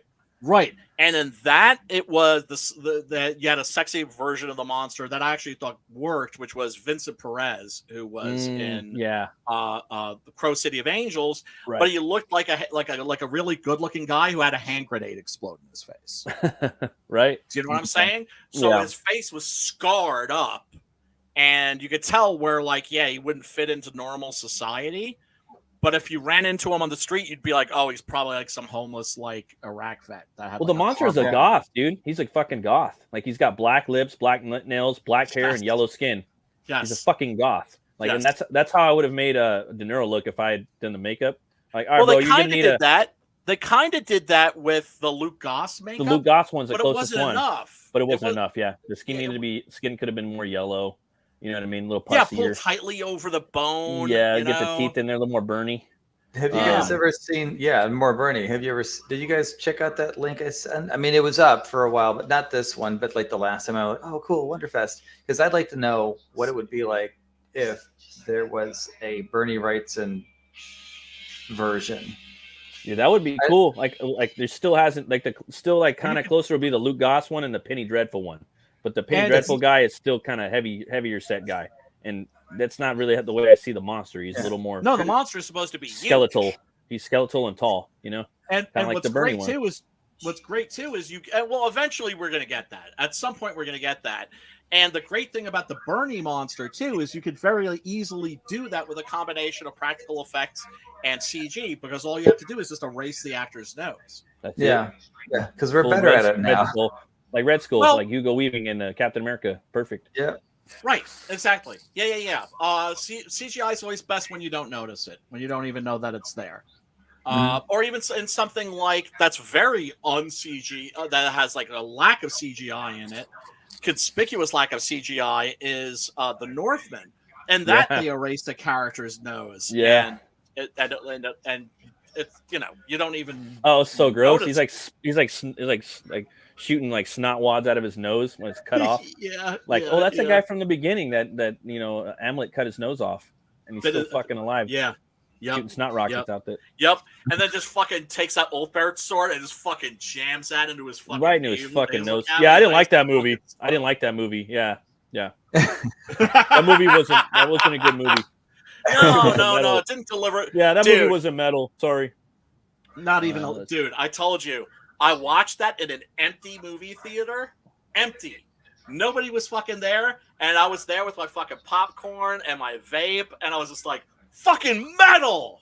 Oh, metal as fuck. Periodically, most people didn't like half the people. Either you love it or you hate it. Like I've seen people on Twitter, even in CG, like I don't like it. Well, but yeah, a lot of basic people don't like it also because they love the fucking Vikings TV series, which is utter fucking shit. One of the first couple seasons, dude. Then it gets really gets bad. Right. Then they do the worst thing ever you could possibly do in fucking the woke culture is you take what they did with Haken. They take that young, you know what I mean, young pagan king that fucking fathered like 20 kids when he was like 20, and he was the last stand against Christianity. They turned into an old black chick. Well, also, I mean, look, you know when Vikings lost me? When What's that? when the guy brings his fucking wife on a fucking raid with him. Oh yeah. Yeah, that's like when Tarzan Black. has son There or were boy. I'm not saying for sure that there were no female Vikings, but I'm saying there were no female Vikings. Viking was the Vikings weren't a people; it was an occupation. Yeah, Mhm. it was a Right? job title. Yeah. Yeah, you were going Viking, right? Yeah. And you honestly think, because I remember this is a great story that this is what that made me think of. That made me think of a story that my brother told me about how he and a friend of his were on a bus that was going to the Super Bowl, a bunch of yahoos, and one of the guys brings his wife on the fucking bus, and all the guys just start booing. And it's like, oh, dude, what the fuck? You brought your wife, really, dude? Now, how do you think that would have gone over with a bunch of Vikings? She'd have had to be a badass. Now there is one woman they found, and she was a badass motherfucker. She had a ship and everything. There's one, and she's buried there's a mass graveyard in Sweden where there's all these Viking kings that they've buried in their ships under the ground with their horses and their jewelry and their weapons, And there's one woman, and she was like the badass. And they put her in the Northman. You'll see her in one scene where she's like, I don't want these peasant slaves. What the fuck am I going to do with these? And she's riding by on her horse. And the Eggers was talking about her specifically. But there's just one. And she was a big one, Right. You take no shit.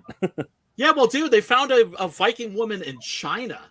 Yeah, I've heard about her. I mean, yeah, blonde hair, blue eyes. A big one. What the fuck? And beautifully preserved, too. Yeah. I remember the archaeologist that was discussing her, this Chinese brother. He was just like, oh, look at her. Isn't she so beautiful? Like, oh, man, if I'd been alive back then, I would have made her my wife. She would have made you your bitch. She would have fucked you up. Yeah. But yeah, I mean, what an incredible discovery. It's just like, God damn, they really did go everywhere. They did, man. Amazing. But speaking of amazing, oh yeah, Lisa Bonet looking pretty not exactly hard on the eyes there. Man, some of what a shift, huh? The movie just shifts, dude. Straight really fucking does. Cajun horror, dude. Southern horror, Southern Gothic. Yeah. And I've always been a big fan of the Southern Gothic. Now, this is the scene that Russell Jimmy's. This is the scene that people got all bent out of shape about. It's a love scene between Bonet's character and Mickey Rourke's. And as they're going at it, oh yeah, then of course there are these cuts that you see constantly throughout the film to fans. Yeah, they stop and they turn the other way.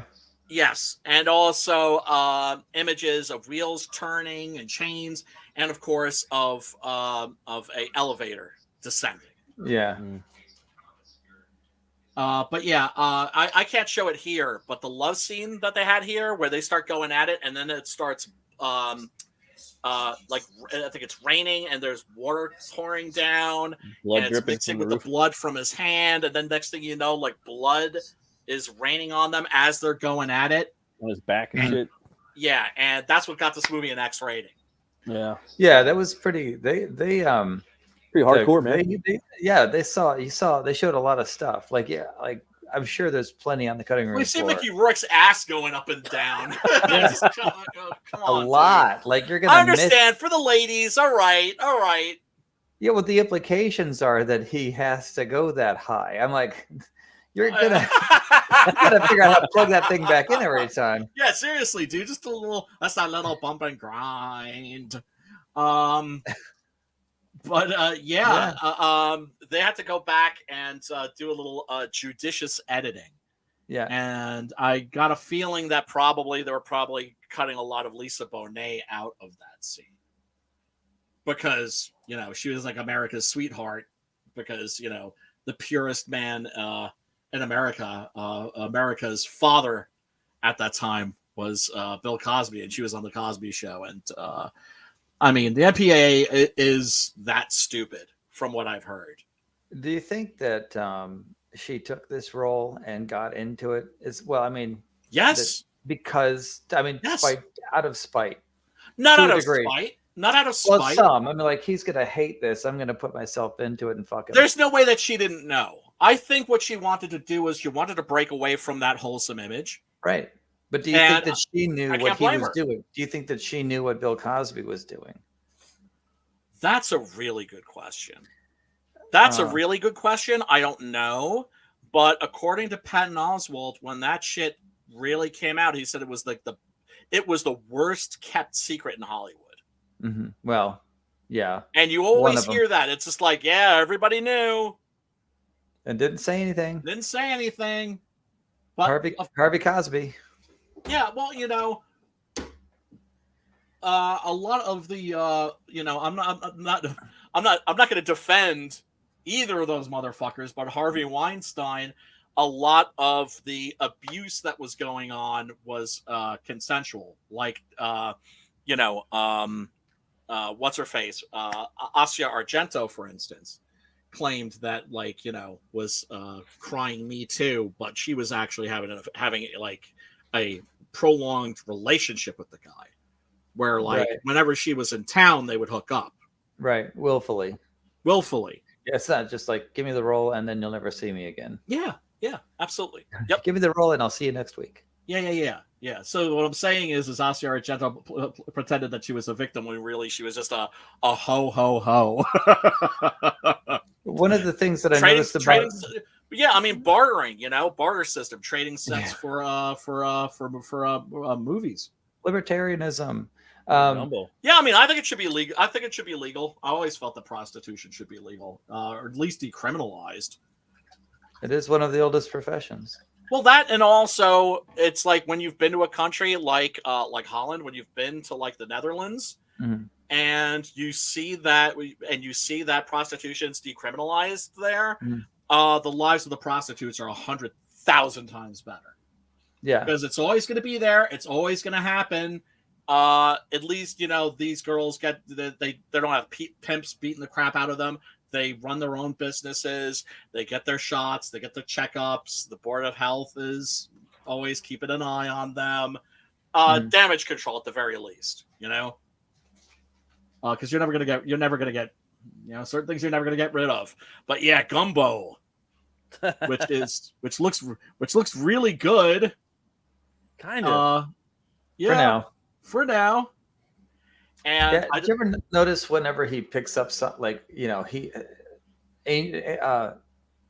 Johnny Angel, from time to time, he'll pick up the thing that ends up being the thing that kills the person.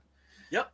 You know, this guy looks like he got drowned, but I'm sure whatever he was using here or the ice pick, like, they didn't really see how he died.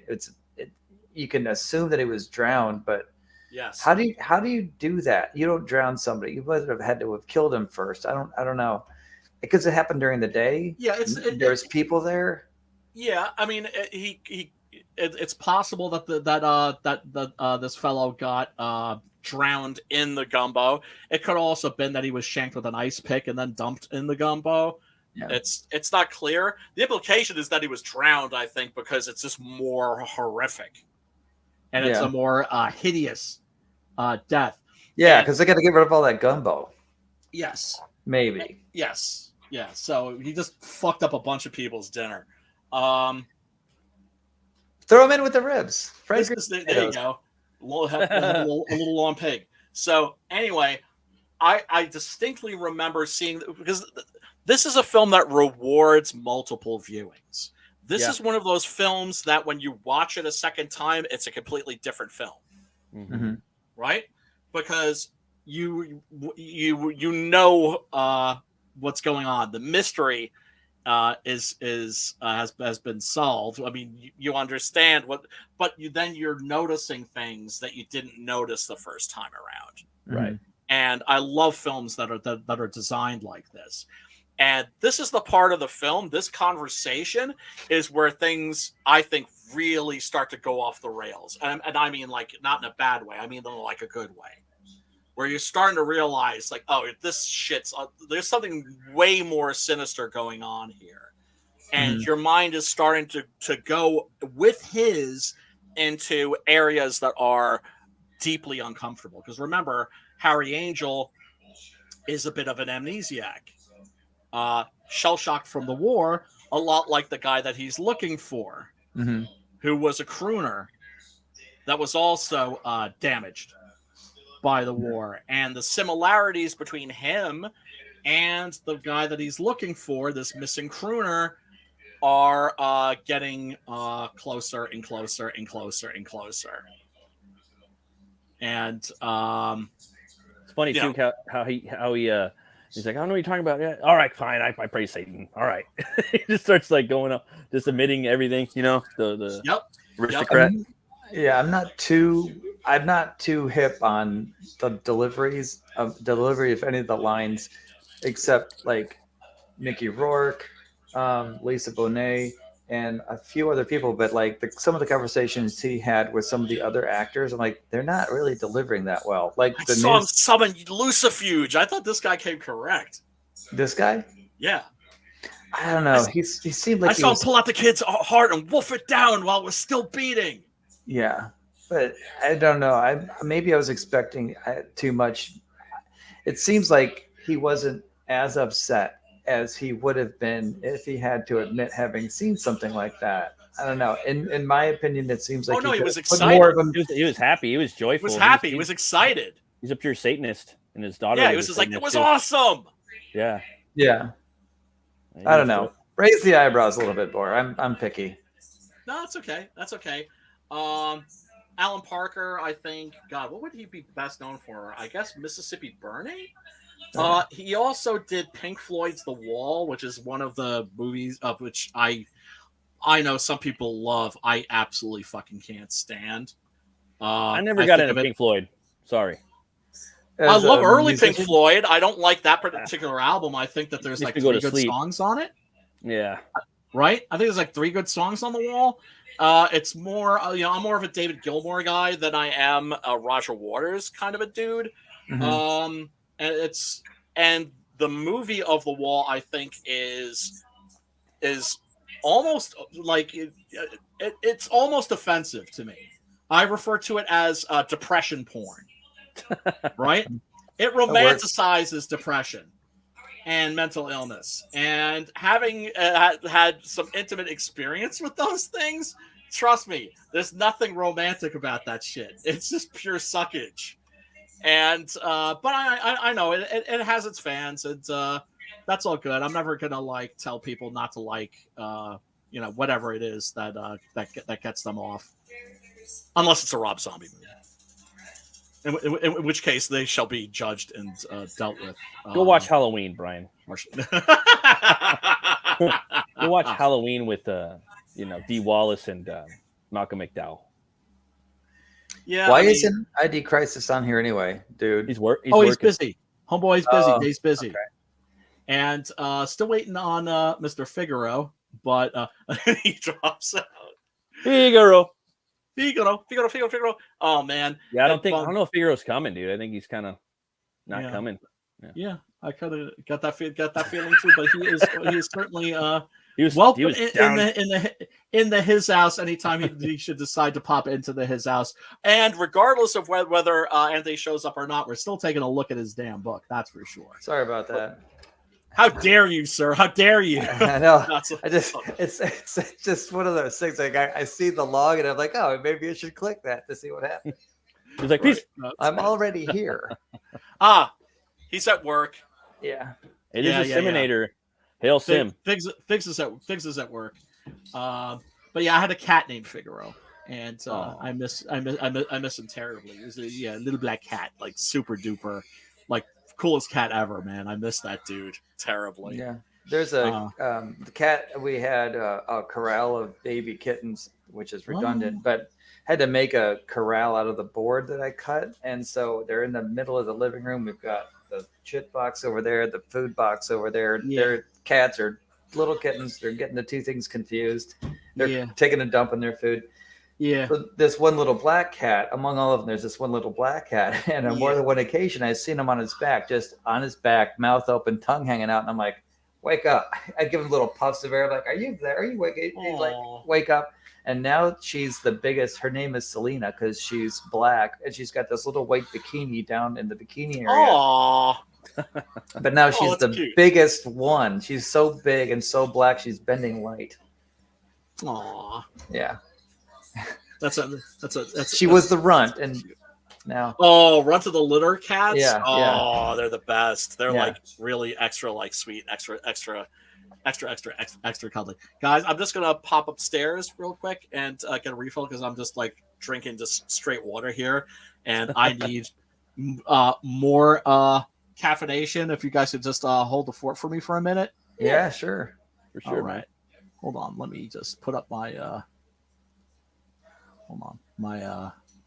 Wow, I am boomering like a mofo tonight for sure. Let me see. I think this movie. I don't know if you're into like the Sin City books or whatnot. But man, I think in the movie totally feels like it could have been a chapter out of like a Sin City novel. Yeah, because they're just a bunch of short stories. It totally felt like that. Whether he's Clive Owen was in part of that movie though, right? Yeah, he's in the first one, and then his character is replaced by Josh Brolin in the sequel. The sequel was alright, but it wasn't as good. It's just the stories weren't as good, in my opinion. Is that the one you were talking about before, or was it 300?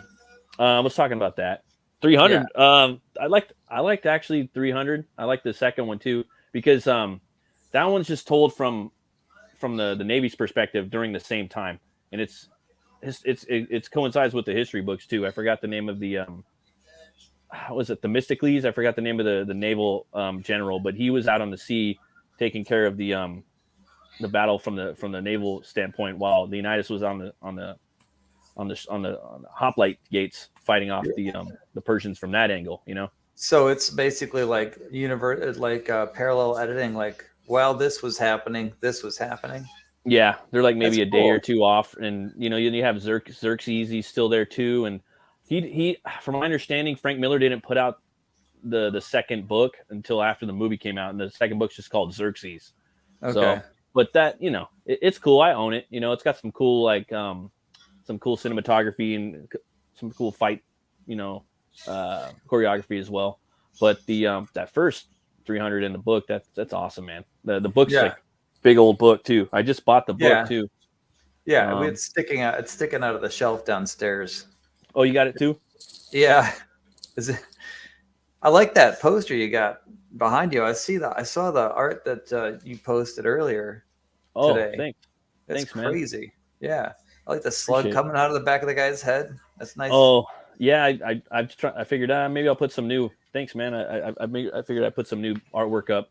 And I was like, I was trying to sell some books for Halloween. Is that on the shirt back there? Is that also promotion? Oh yeah. Those are my shirts. Like if anybody ever wants, I have a few left, medium, large, and extra large. You could hit me up in my DMs on Twitter. Okay. Yeah, I have a few of those left, so I always just put them up there if anybody wants any. And then I'm usually just shilling my poster, and then I just got I'm working on my other book up there, Hell War. It's my Viking bounty hunter metal book, but that's pretty cool. Always good to have something to sell. You know what I mean? So yeah, I don't have anything back here. I need to have,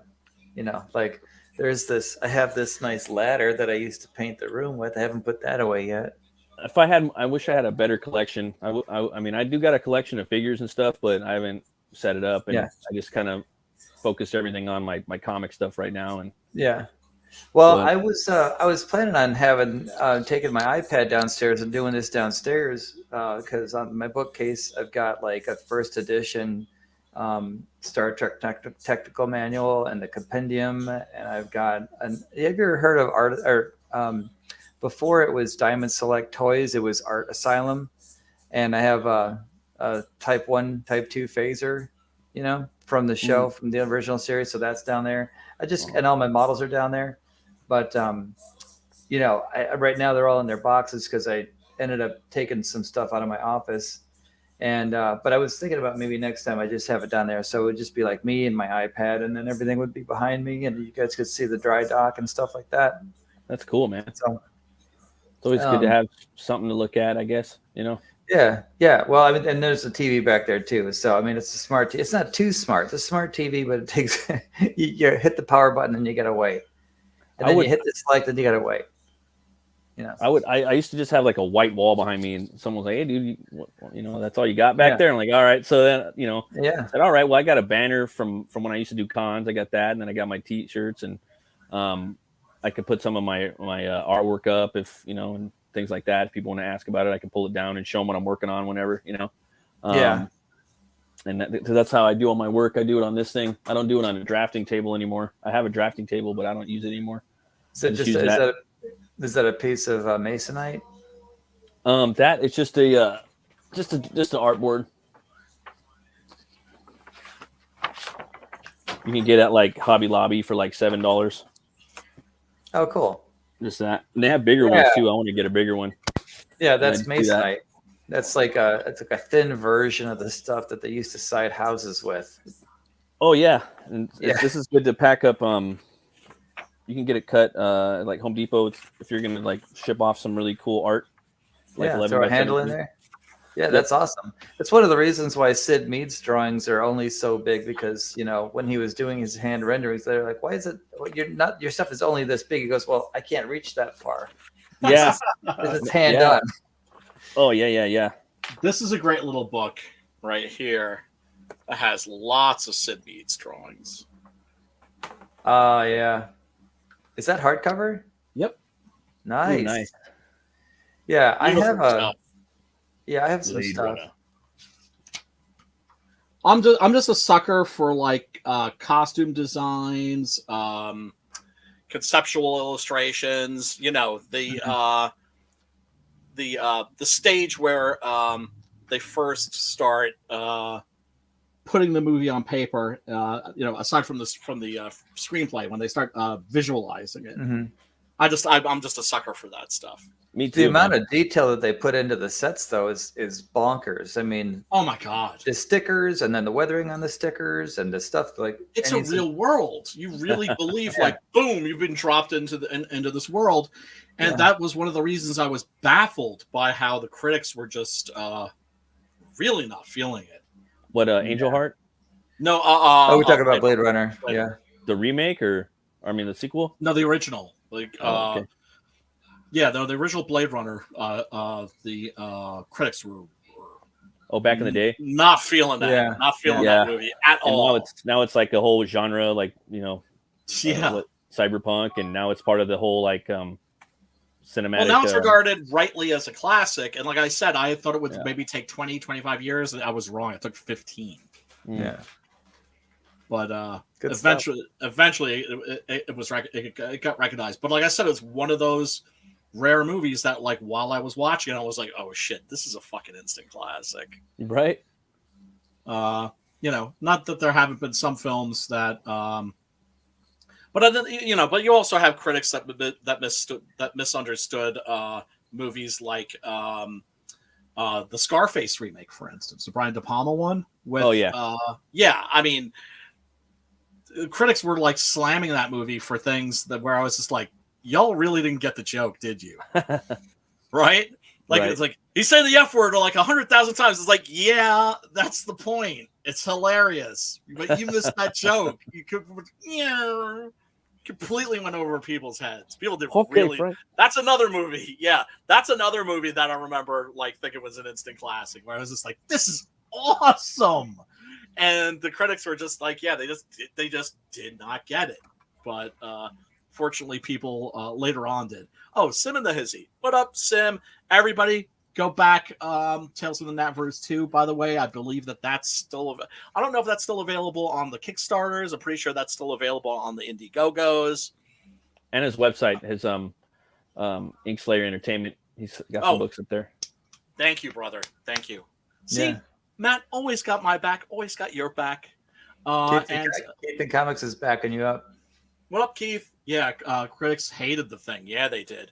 And it ended up being really hurting John Carpenter's career. And remember, The Thing and Blade Runner came out on the same weekend. That's funny. Yes. Man. And they went, it was like those two movies and Tron. I believe. Fuck. Yeah, Tron was ahead of its time. I thought. I mean, there's another Sid Mead joint. Oh yeah, that's right. I totally forgot that he was involved with that. probably because the artist I associate most with that is Mobius. Yeah. Who said he was very, very disappointed. Very disappointed with that movie. With Tron. One of the things about Tron, it was like on my 40th birthday, we had some friends over and we all watched it. And there's this one scene where they're taking a drink out of the data stream, and and the one guy who dies, I'm like, I know he's gonna die because he's one of those, because he's drinking out of the stream like this instead of sitting up and drinking it like this, which is a biblical precept. It's like, have them all drink at the stream. Whichever ones drink like dogs, send them home. They're gonna die anyway because they don't know how to keep their eyes open. Oh, okay. Gotcha. Interesting observation. I do that from time to time. Yeah, man. Let me bring up Anthony's campaign. Now, you see, this is what a malicious fucker I am. Like in the back of my head, I start thinking, Anthony's not here. I know what I'll do. I'll put up this campaign, but then tell people it's about something completely different than what it's actually about. I'm not going to do that, Anthony, if you're watching. I'm not going to do you like that, bro. I'm not going to do you like that. I'm just saying I have an evil mind that gets tempted sometimes. It goes through the mind at least once, right? It's like, dude, I'm telling you, it's just the way my mind works. I'm always thinking, what's like the worst thing I could possibly say? It's the writer in you, Brian. Yeah, I guess so. It's what Poe referred to as the imp of the perverse. The Poe. Yes. Let's see. Let me close this screen and I do have the trailer for that too. Nice. And also a couple other clips. But first things first, let's get to Anthony's campaign, because it is a cool book and it is one that you folks should definitely be aware of and should definitely be taking a look at. Yeah, it's not live yet, but the sign up is right there, and I love that first book. Really good. I really enjoyed it too. New Orleans lore, and can't wait for the second one. Lots of fun. Lots of New Orleans deep monsters at the yin yang. Yeah. Jean Lafitte. Yeah. Whipping much ass. And then I forgot who the main. I forgot what his name, and I keep thinking Papa Shango, but that's not his name. It's the Baron Samedi. Baron Samedi, yeah. He's on the cover on one of the covers. Yeah, sure. He's like the main, like awesome stuff, man. Wow, I feel like a douchebag for not having signed up before. But yeah, the first God's Hand is really good, folks. You're gonna want to check out the second issue, and then of course, Figs ain't gonna do you wrong. You're gonna be able to get Volume 1 with Volume 2. So that way, if you just want to get Volume 1, I'm sure you're gonna be able to do that too. But trust me, you're gonna want to get both. And definitely, like for sure, most def. Yeah, and the characters are really interesting. The world building, I think, is really just cool. It's like Hellboy too. It is a little BPRD action. Yeah, I like that. I like the paranormal like teams and whatnot. And then when you add like real historic lore to it. Oh yes, and set it in like the scariest place in America. Just I don't know. Well, one of the most gothic places for sure. Right. Yeah. Nolan's is a place that's steeped in legend and folklore, and of course, just straight up history. Brian, I was going to ask you. I love how he combines those. He combines the history with the folklore. The folklore and the action horror too. I was going to ask you, man. So you live by Sleepy fucking Hollow, right? Yeah, right across the bridge from me. That's awesome. So you could go to the town. Is everything that's torn down? Is there any like old English like architecture still around there? Is there anything that still exists? Oh yeah. Washington Irving's house is totally preserved. Oh wow, that's cool. Yeah. Is there any like shops or anything like an old town? Is there like an old ghost town there? No, there's no ghost town. Mind you, Sleepy Hollow wasn't a real place. Okay. That's to say, what they did was they took part of Tarrytown, which is what the place that Sleepy Hollow is based on, and where Washington Irving lived, and they just took a part of Tarrytown and renamed it Sleepy Hollow. I guess for like the tourist bugs. Oh, okay. But Washington Irving's house is perfectly preserved, and it's called Sunnyside, and it's built right along the Hudson River. Unfortunately, now there's a train, commuter train that goes by, completely ruins the fucking view. Damn. Which would have pissed off Mr. Irving to no ends, I'm sure. And you can go there, and they'll give you a tour of the place. And wow. Yeah, it's really, really cool. Like I said, the whole place is very well preserved. And it's just cool when you hear the stories that, like, for instance, Charles Dickens, when he came to America on a reading tour, because that was one of the things that he did, was he would go and tour and, read like the new chapter from whatever book it was that he was serializing at the time. And when he got to America, he was just like I gotta meet Washington Irving. Like, that's the guy I need to talk to. And he paid him a visit at his home in Sunnyside. So it's just, the place is steeped in history. There's a wonderful old Dutch churchyard, graveyard there. Where do you live? Stones. I live in Nanuet, which is in the Hudson Valley. Okay. And I'm on the other side of the Tappan Zee Bridge. On the other side is Sleepy Hollow. Yeah. Okay. And Tarrytown. And I mean, it's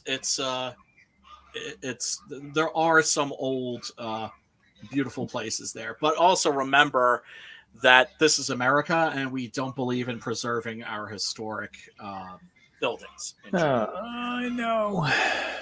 A place like CBGB, for instance, we're just like, man, the Ramones played their first show here. A number of so many bands, right? It's just like, we'll knock it down and just put up a Duane Reade.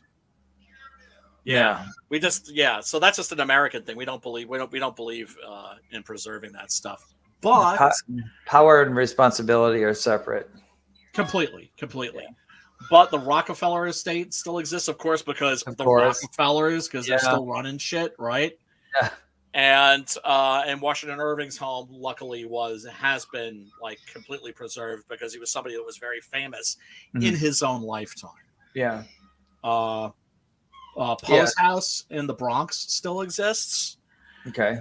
But by and large, a lot of that stuff hasn't survived.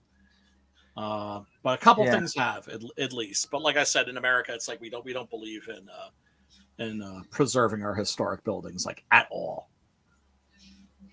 But take a look at the campaign here. I wish we had tiers or something like that, but it's still in the pre-campaign stage. And if you do sign up, and people, please do that, because then with your order, I believe you'll be getting a dope ass metal bookmark. And that one cover was really nice. Anthony always puts cool shit in there too. Yeah. Let's see. I'm near the top. Well, I was near the top of the page. But when you come down and you see just the dude with the hat and the bones and his jaw, you look at the line work. Oh, he's so good. The line going down the edge of the fingers, the smoke is kind of angular, and the fibers in the jaw, and then of course the one gold tooth. It's pretty sharp. Yeah, pretty sharp. No, Figs is amazing. Really, really incredibly talented artist. Super cool guy, super knowledgeable about all things New Orleans. Oh, I'm sorry, New Orleans. Yeah. And it's a really, really fun comic, and it is definitely one that I recommend. And go check it out, people. Oh man, go check it out. I was hoping he would be here to pitch it himself, but he is busy at work, and well, shit happens.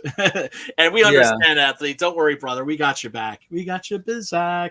So yeah, by all means, go check that out. Stat and be a winner. Oh, I'm sorry. Hold on a second. I need to blow up the screen when I preach, folks. Be a winner, not a wiener, and sign up for the pre-campaign for God's Hand 2. Foos. Yeah, this is nice. Yeah, it's a really, really fun book. Everything that Matt was saying about it, it's got that BPRD angle where you've got like the secret society that's kind of keeping an eye on other secret societies, that there's this underworld of the supernatural, but then there are different corners of that place, and Jean Lafitte is sort of almost like a kind of really almost like a kind of cop that's working the beat in New Orleans, keeping a lid on all of the supernatural goings on. And actually, you got voodoo, witchcraft, and you got werewolves. You got all kinds of cool monsters. You got demons creeping around.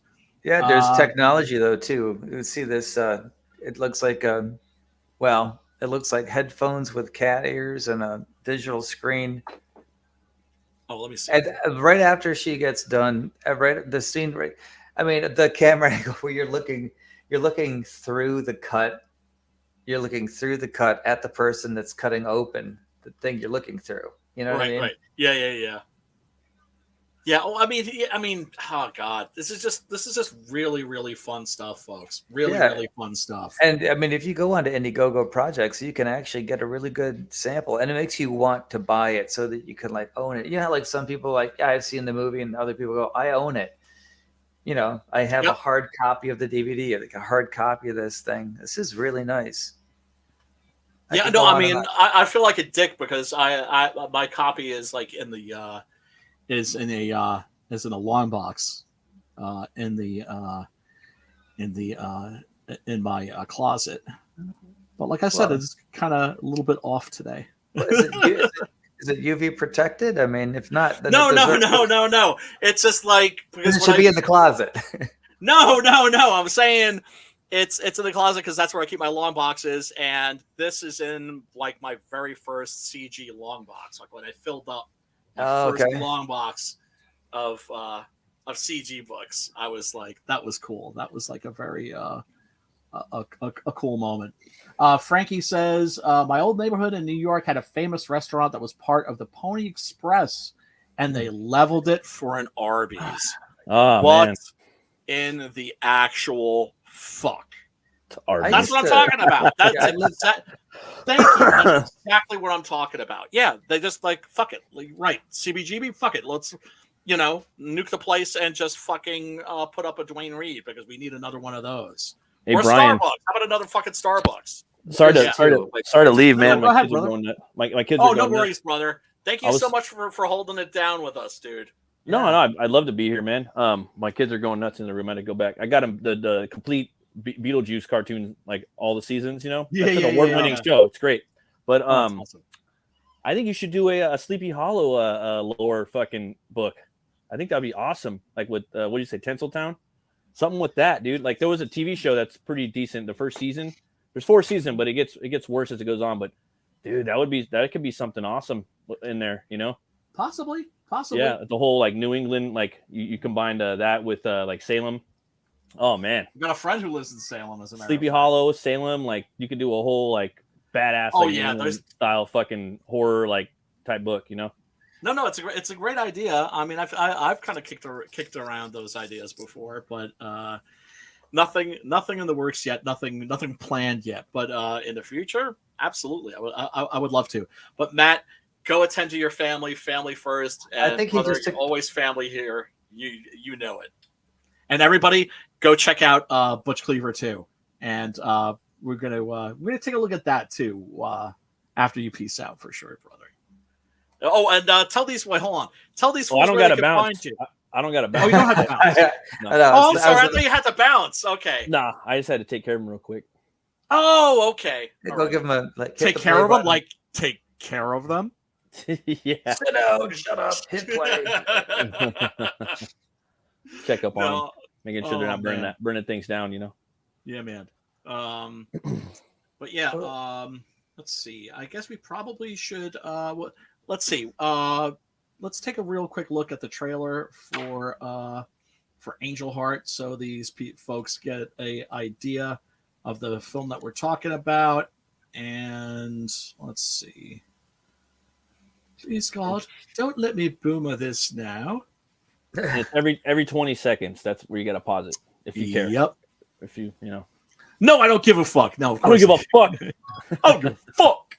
Does anybody the way that it ended? Do you think it was a little too abrupt? And I mean, like from the film to Pacing the wise? credits, just right at the end, it's like, yeah, I guess I'm gonna burn for this, and then it goes into the elevator, and then it goes credits, and then it goes back to the movie, and then credits. And I thought I like it seemed kind of jarring. Oh, it's over. Oh wait, it's not over. I thought that worked, right? Because at that point, you know what's up. Yeah. And that basically Louis Cypher was on his way to hell. That he'd come to claim him. Right. Right? Because Homeboy tried to skip out. Yeah. I thought it was just going to be like it would have been like a slow fade to black. But for me, it was like it's because I forgot that it does that at the end. The first time that I saw that, I'm like, oh, it's over. Well, that's weird. It just goes slam credits. Like, yeah. I thought that worked perfectly. I remember seeing this in this theatrical release and just finding this whole movie solid. And even better than I expected, because I didn't know that I was going into a horror film. Yeah, this movie was pretty awesome. Like, it was cool seeing like Marv like in a noir type movie, because I seen it later on. You know what I mean? Like a few years back, not that many years back. And it was just cool seeing a young Mickey Rourke in a noir type movie, but it's fucking scary. I was telling Kit Bosch, what's up, brother? I was saying it could be like a Sin City story almost, but yeah, what were you saying? He did a movie not long after this called Johnny Handsome, which I've heard of that one. Also set in New Orleans. Oh, really? Yeah, very good. Also a noir. Okay. By Walter Hill, and I recommend. Oh that. wow! Actually, okay, yeah, it's pretty good. I like me some Walter Hill. Yeah, and okay. it's got so you got Walter Hill, and it's got Mickey Rourke, and also Ellen Barkin and Lance Henriksen. Oh, nice. Oh, as, nice. One of the villains. Of course. Michael Keaton.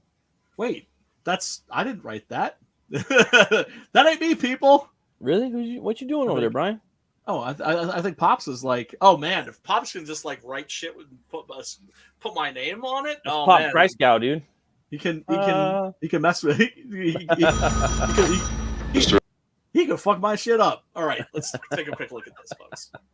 Angel, my client, Monsieur Louis Cypher. Oh, and also this is a new trailer. This is the classic trailer. This is in the studio canal. I was like, Yeah. This is like for the 4K restoration. Do you by chance? And ID is right. Dave is right. Forrest Whitaker also. Very young Forrest Whitaker in Johnny Handsome. Remember the name? Johnny Favorite. Johnny Favorite. My Johnny interest Handsome. is only in finding out if he's alive or if he's dead. Well, like John Rambo, John Matrix. Right. You want me to check it out?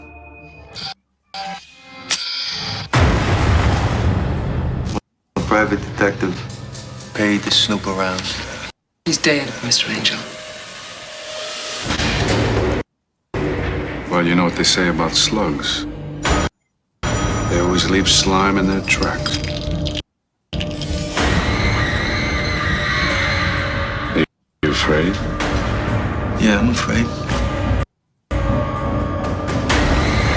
I'm a murder suspect already in 2 cases.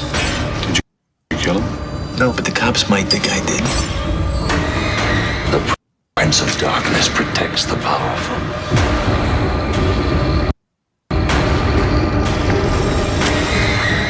The egg is the symbol of the soul. Did you know that?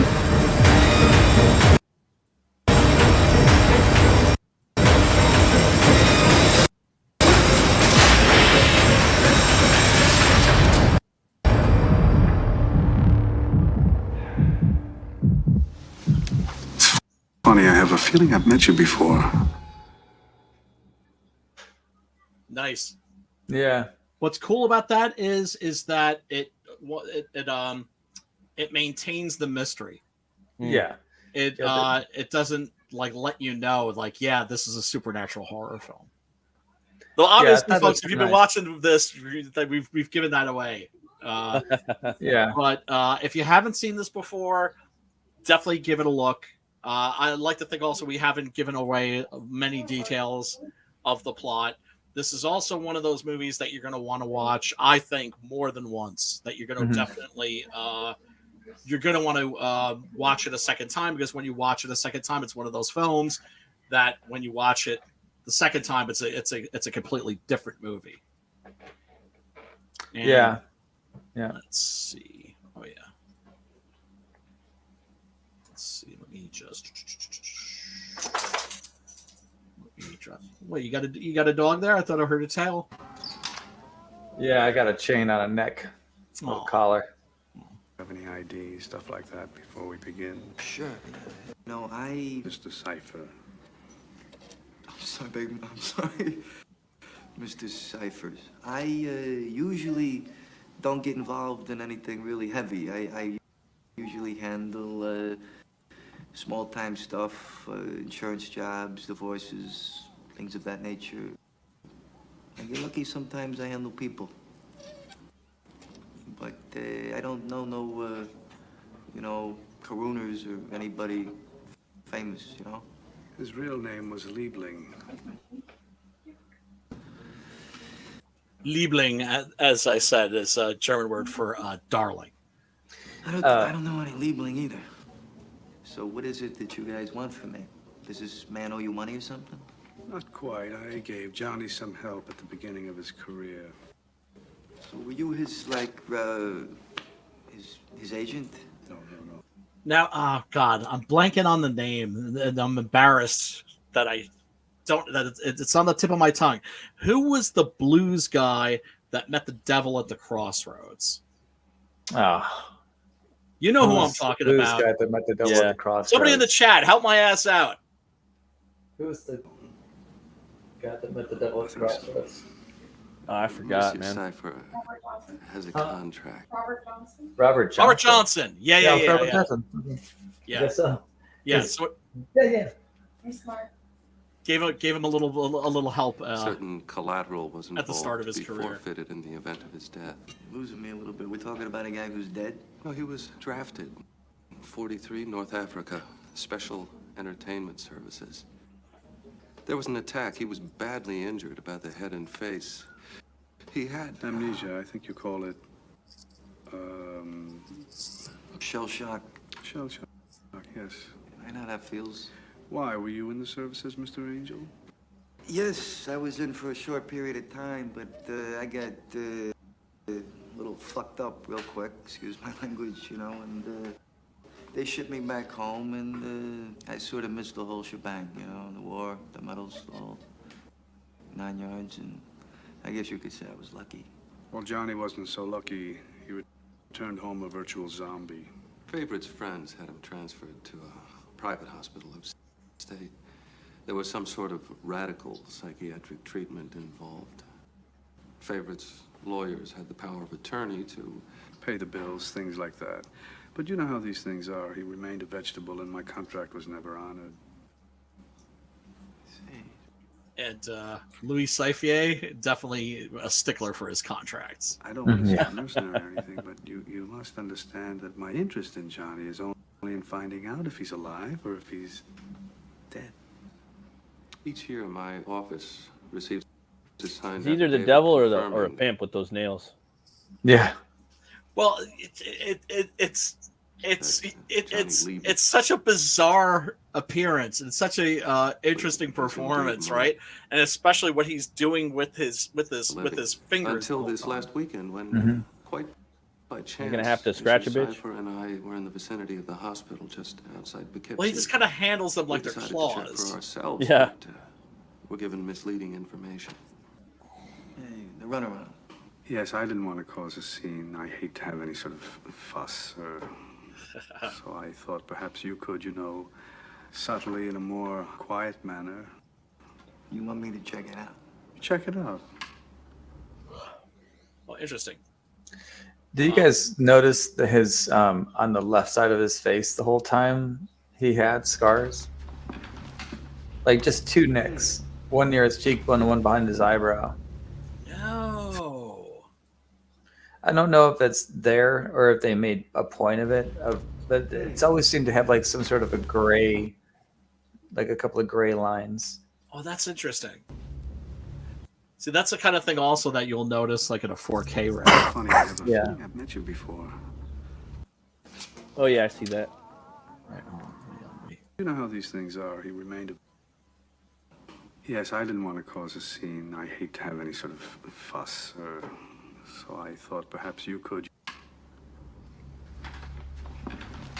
I love that squint. Like you get it. We got you. Yeah. And the whole thing, like he knows who he is the entire time. So the funny, like, so it's just like 2 hours of the devil having fun. Yeah, absolutely. Funny, I have a feeling I've met you before. Yes. It's like so. Like chasing an ant with a magnifying glass. Yeah, very much so. Very much so. And then of course, there's the scene with the egg and everything. That's okay. Yeah. Frankie says there's a neat little documentary on Netflix, The Devil at the Crossroads, worth checking out. Yeah. Must. And then there was even a movie called Crossroads, I think. Yeah. With that was also a Walter Hill movie. Steve Vai at the end. Yes, versus guitar virtuoso Ralph Macchio. Ralph Muchacho. All right, so what movie should we watch next week? Well, yeah, Dave's gonna say what? The Canal. Since I'm here, I can say that for him. But but I mean, it's got to be. Oh, that's right. It has to be. It can't be behind a paywall. Okay, I'm gonna get stupid and ask you like once again how to find out where that is. I'm on IMDb right now. Internet Movie Database. Yeah. IMDb.com,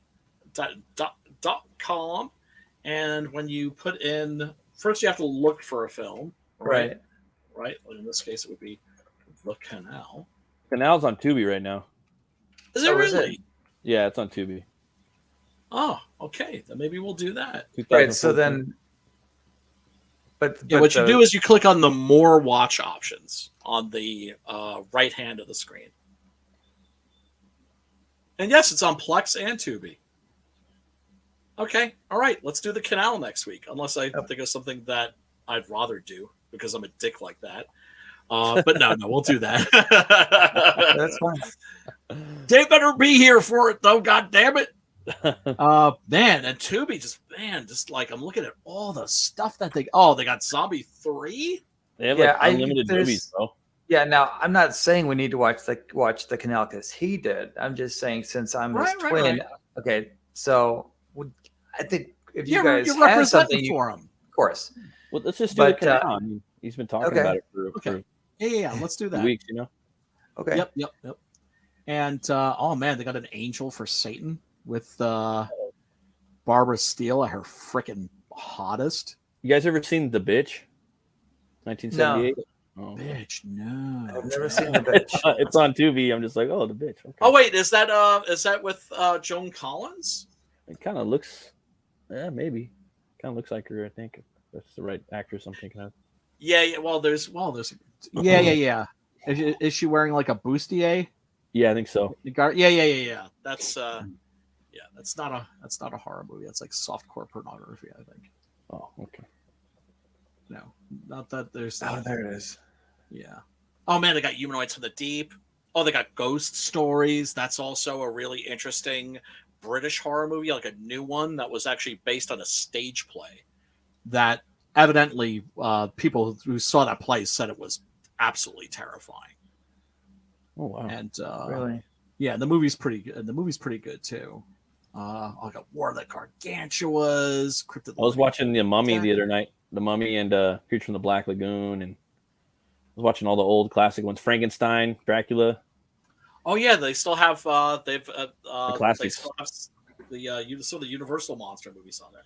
Oh yeah, Creature from the Black Lagoon. That's one that we should certainly do it at some point, because that really is like The Mummy, for instance. The first Universal The Mummy is like a snooze fest. I think it's like Yeah, it's pretty boring, dude.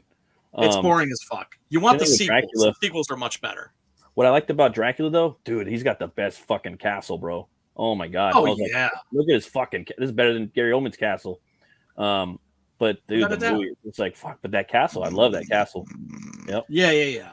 When we were in, I was in Mass Media or something. We had to do watch a whole bunch of different movies, Citizen Kane. But we had this one unit on vampires, on Dracula movies, and we did the Franklin Jello one, and then we also did Love at First Bite, just to get the other side of it. Like, and we reviewed all this stuff. I thought that, yeah, oh yeah, Once Bitten.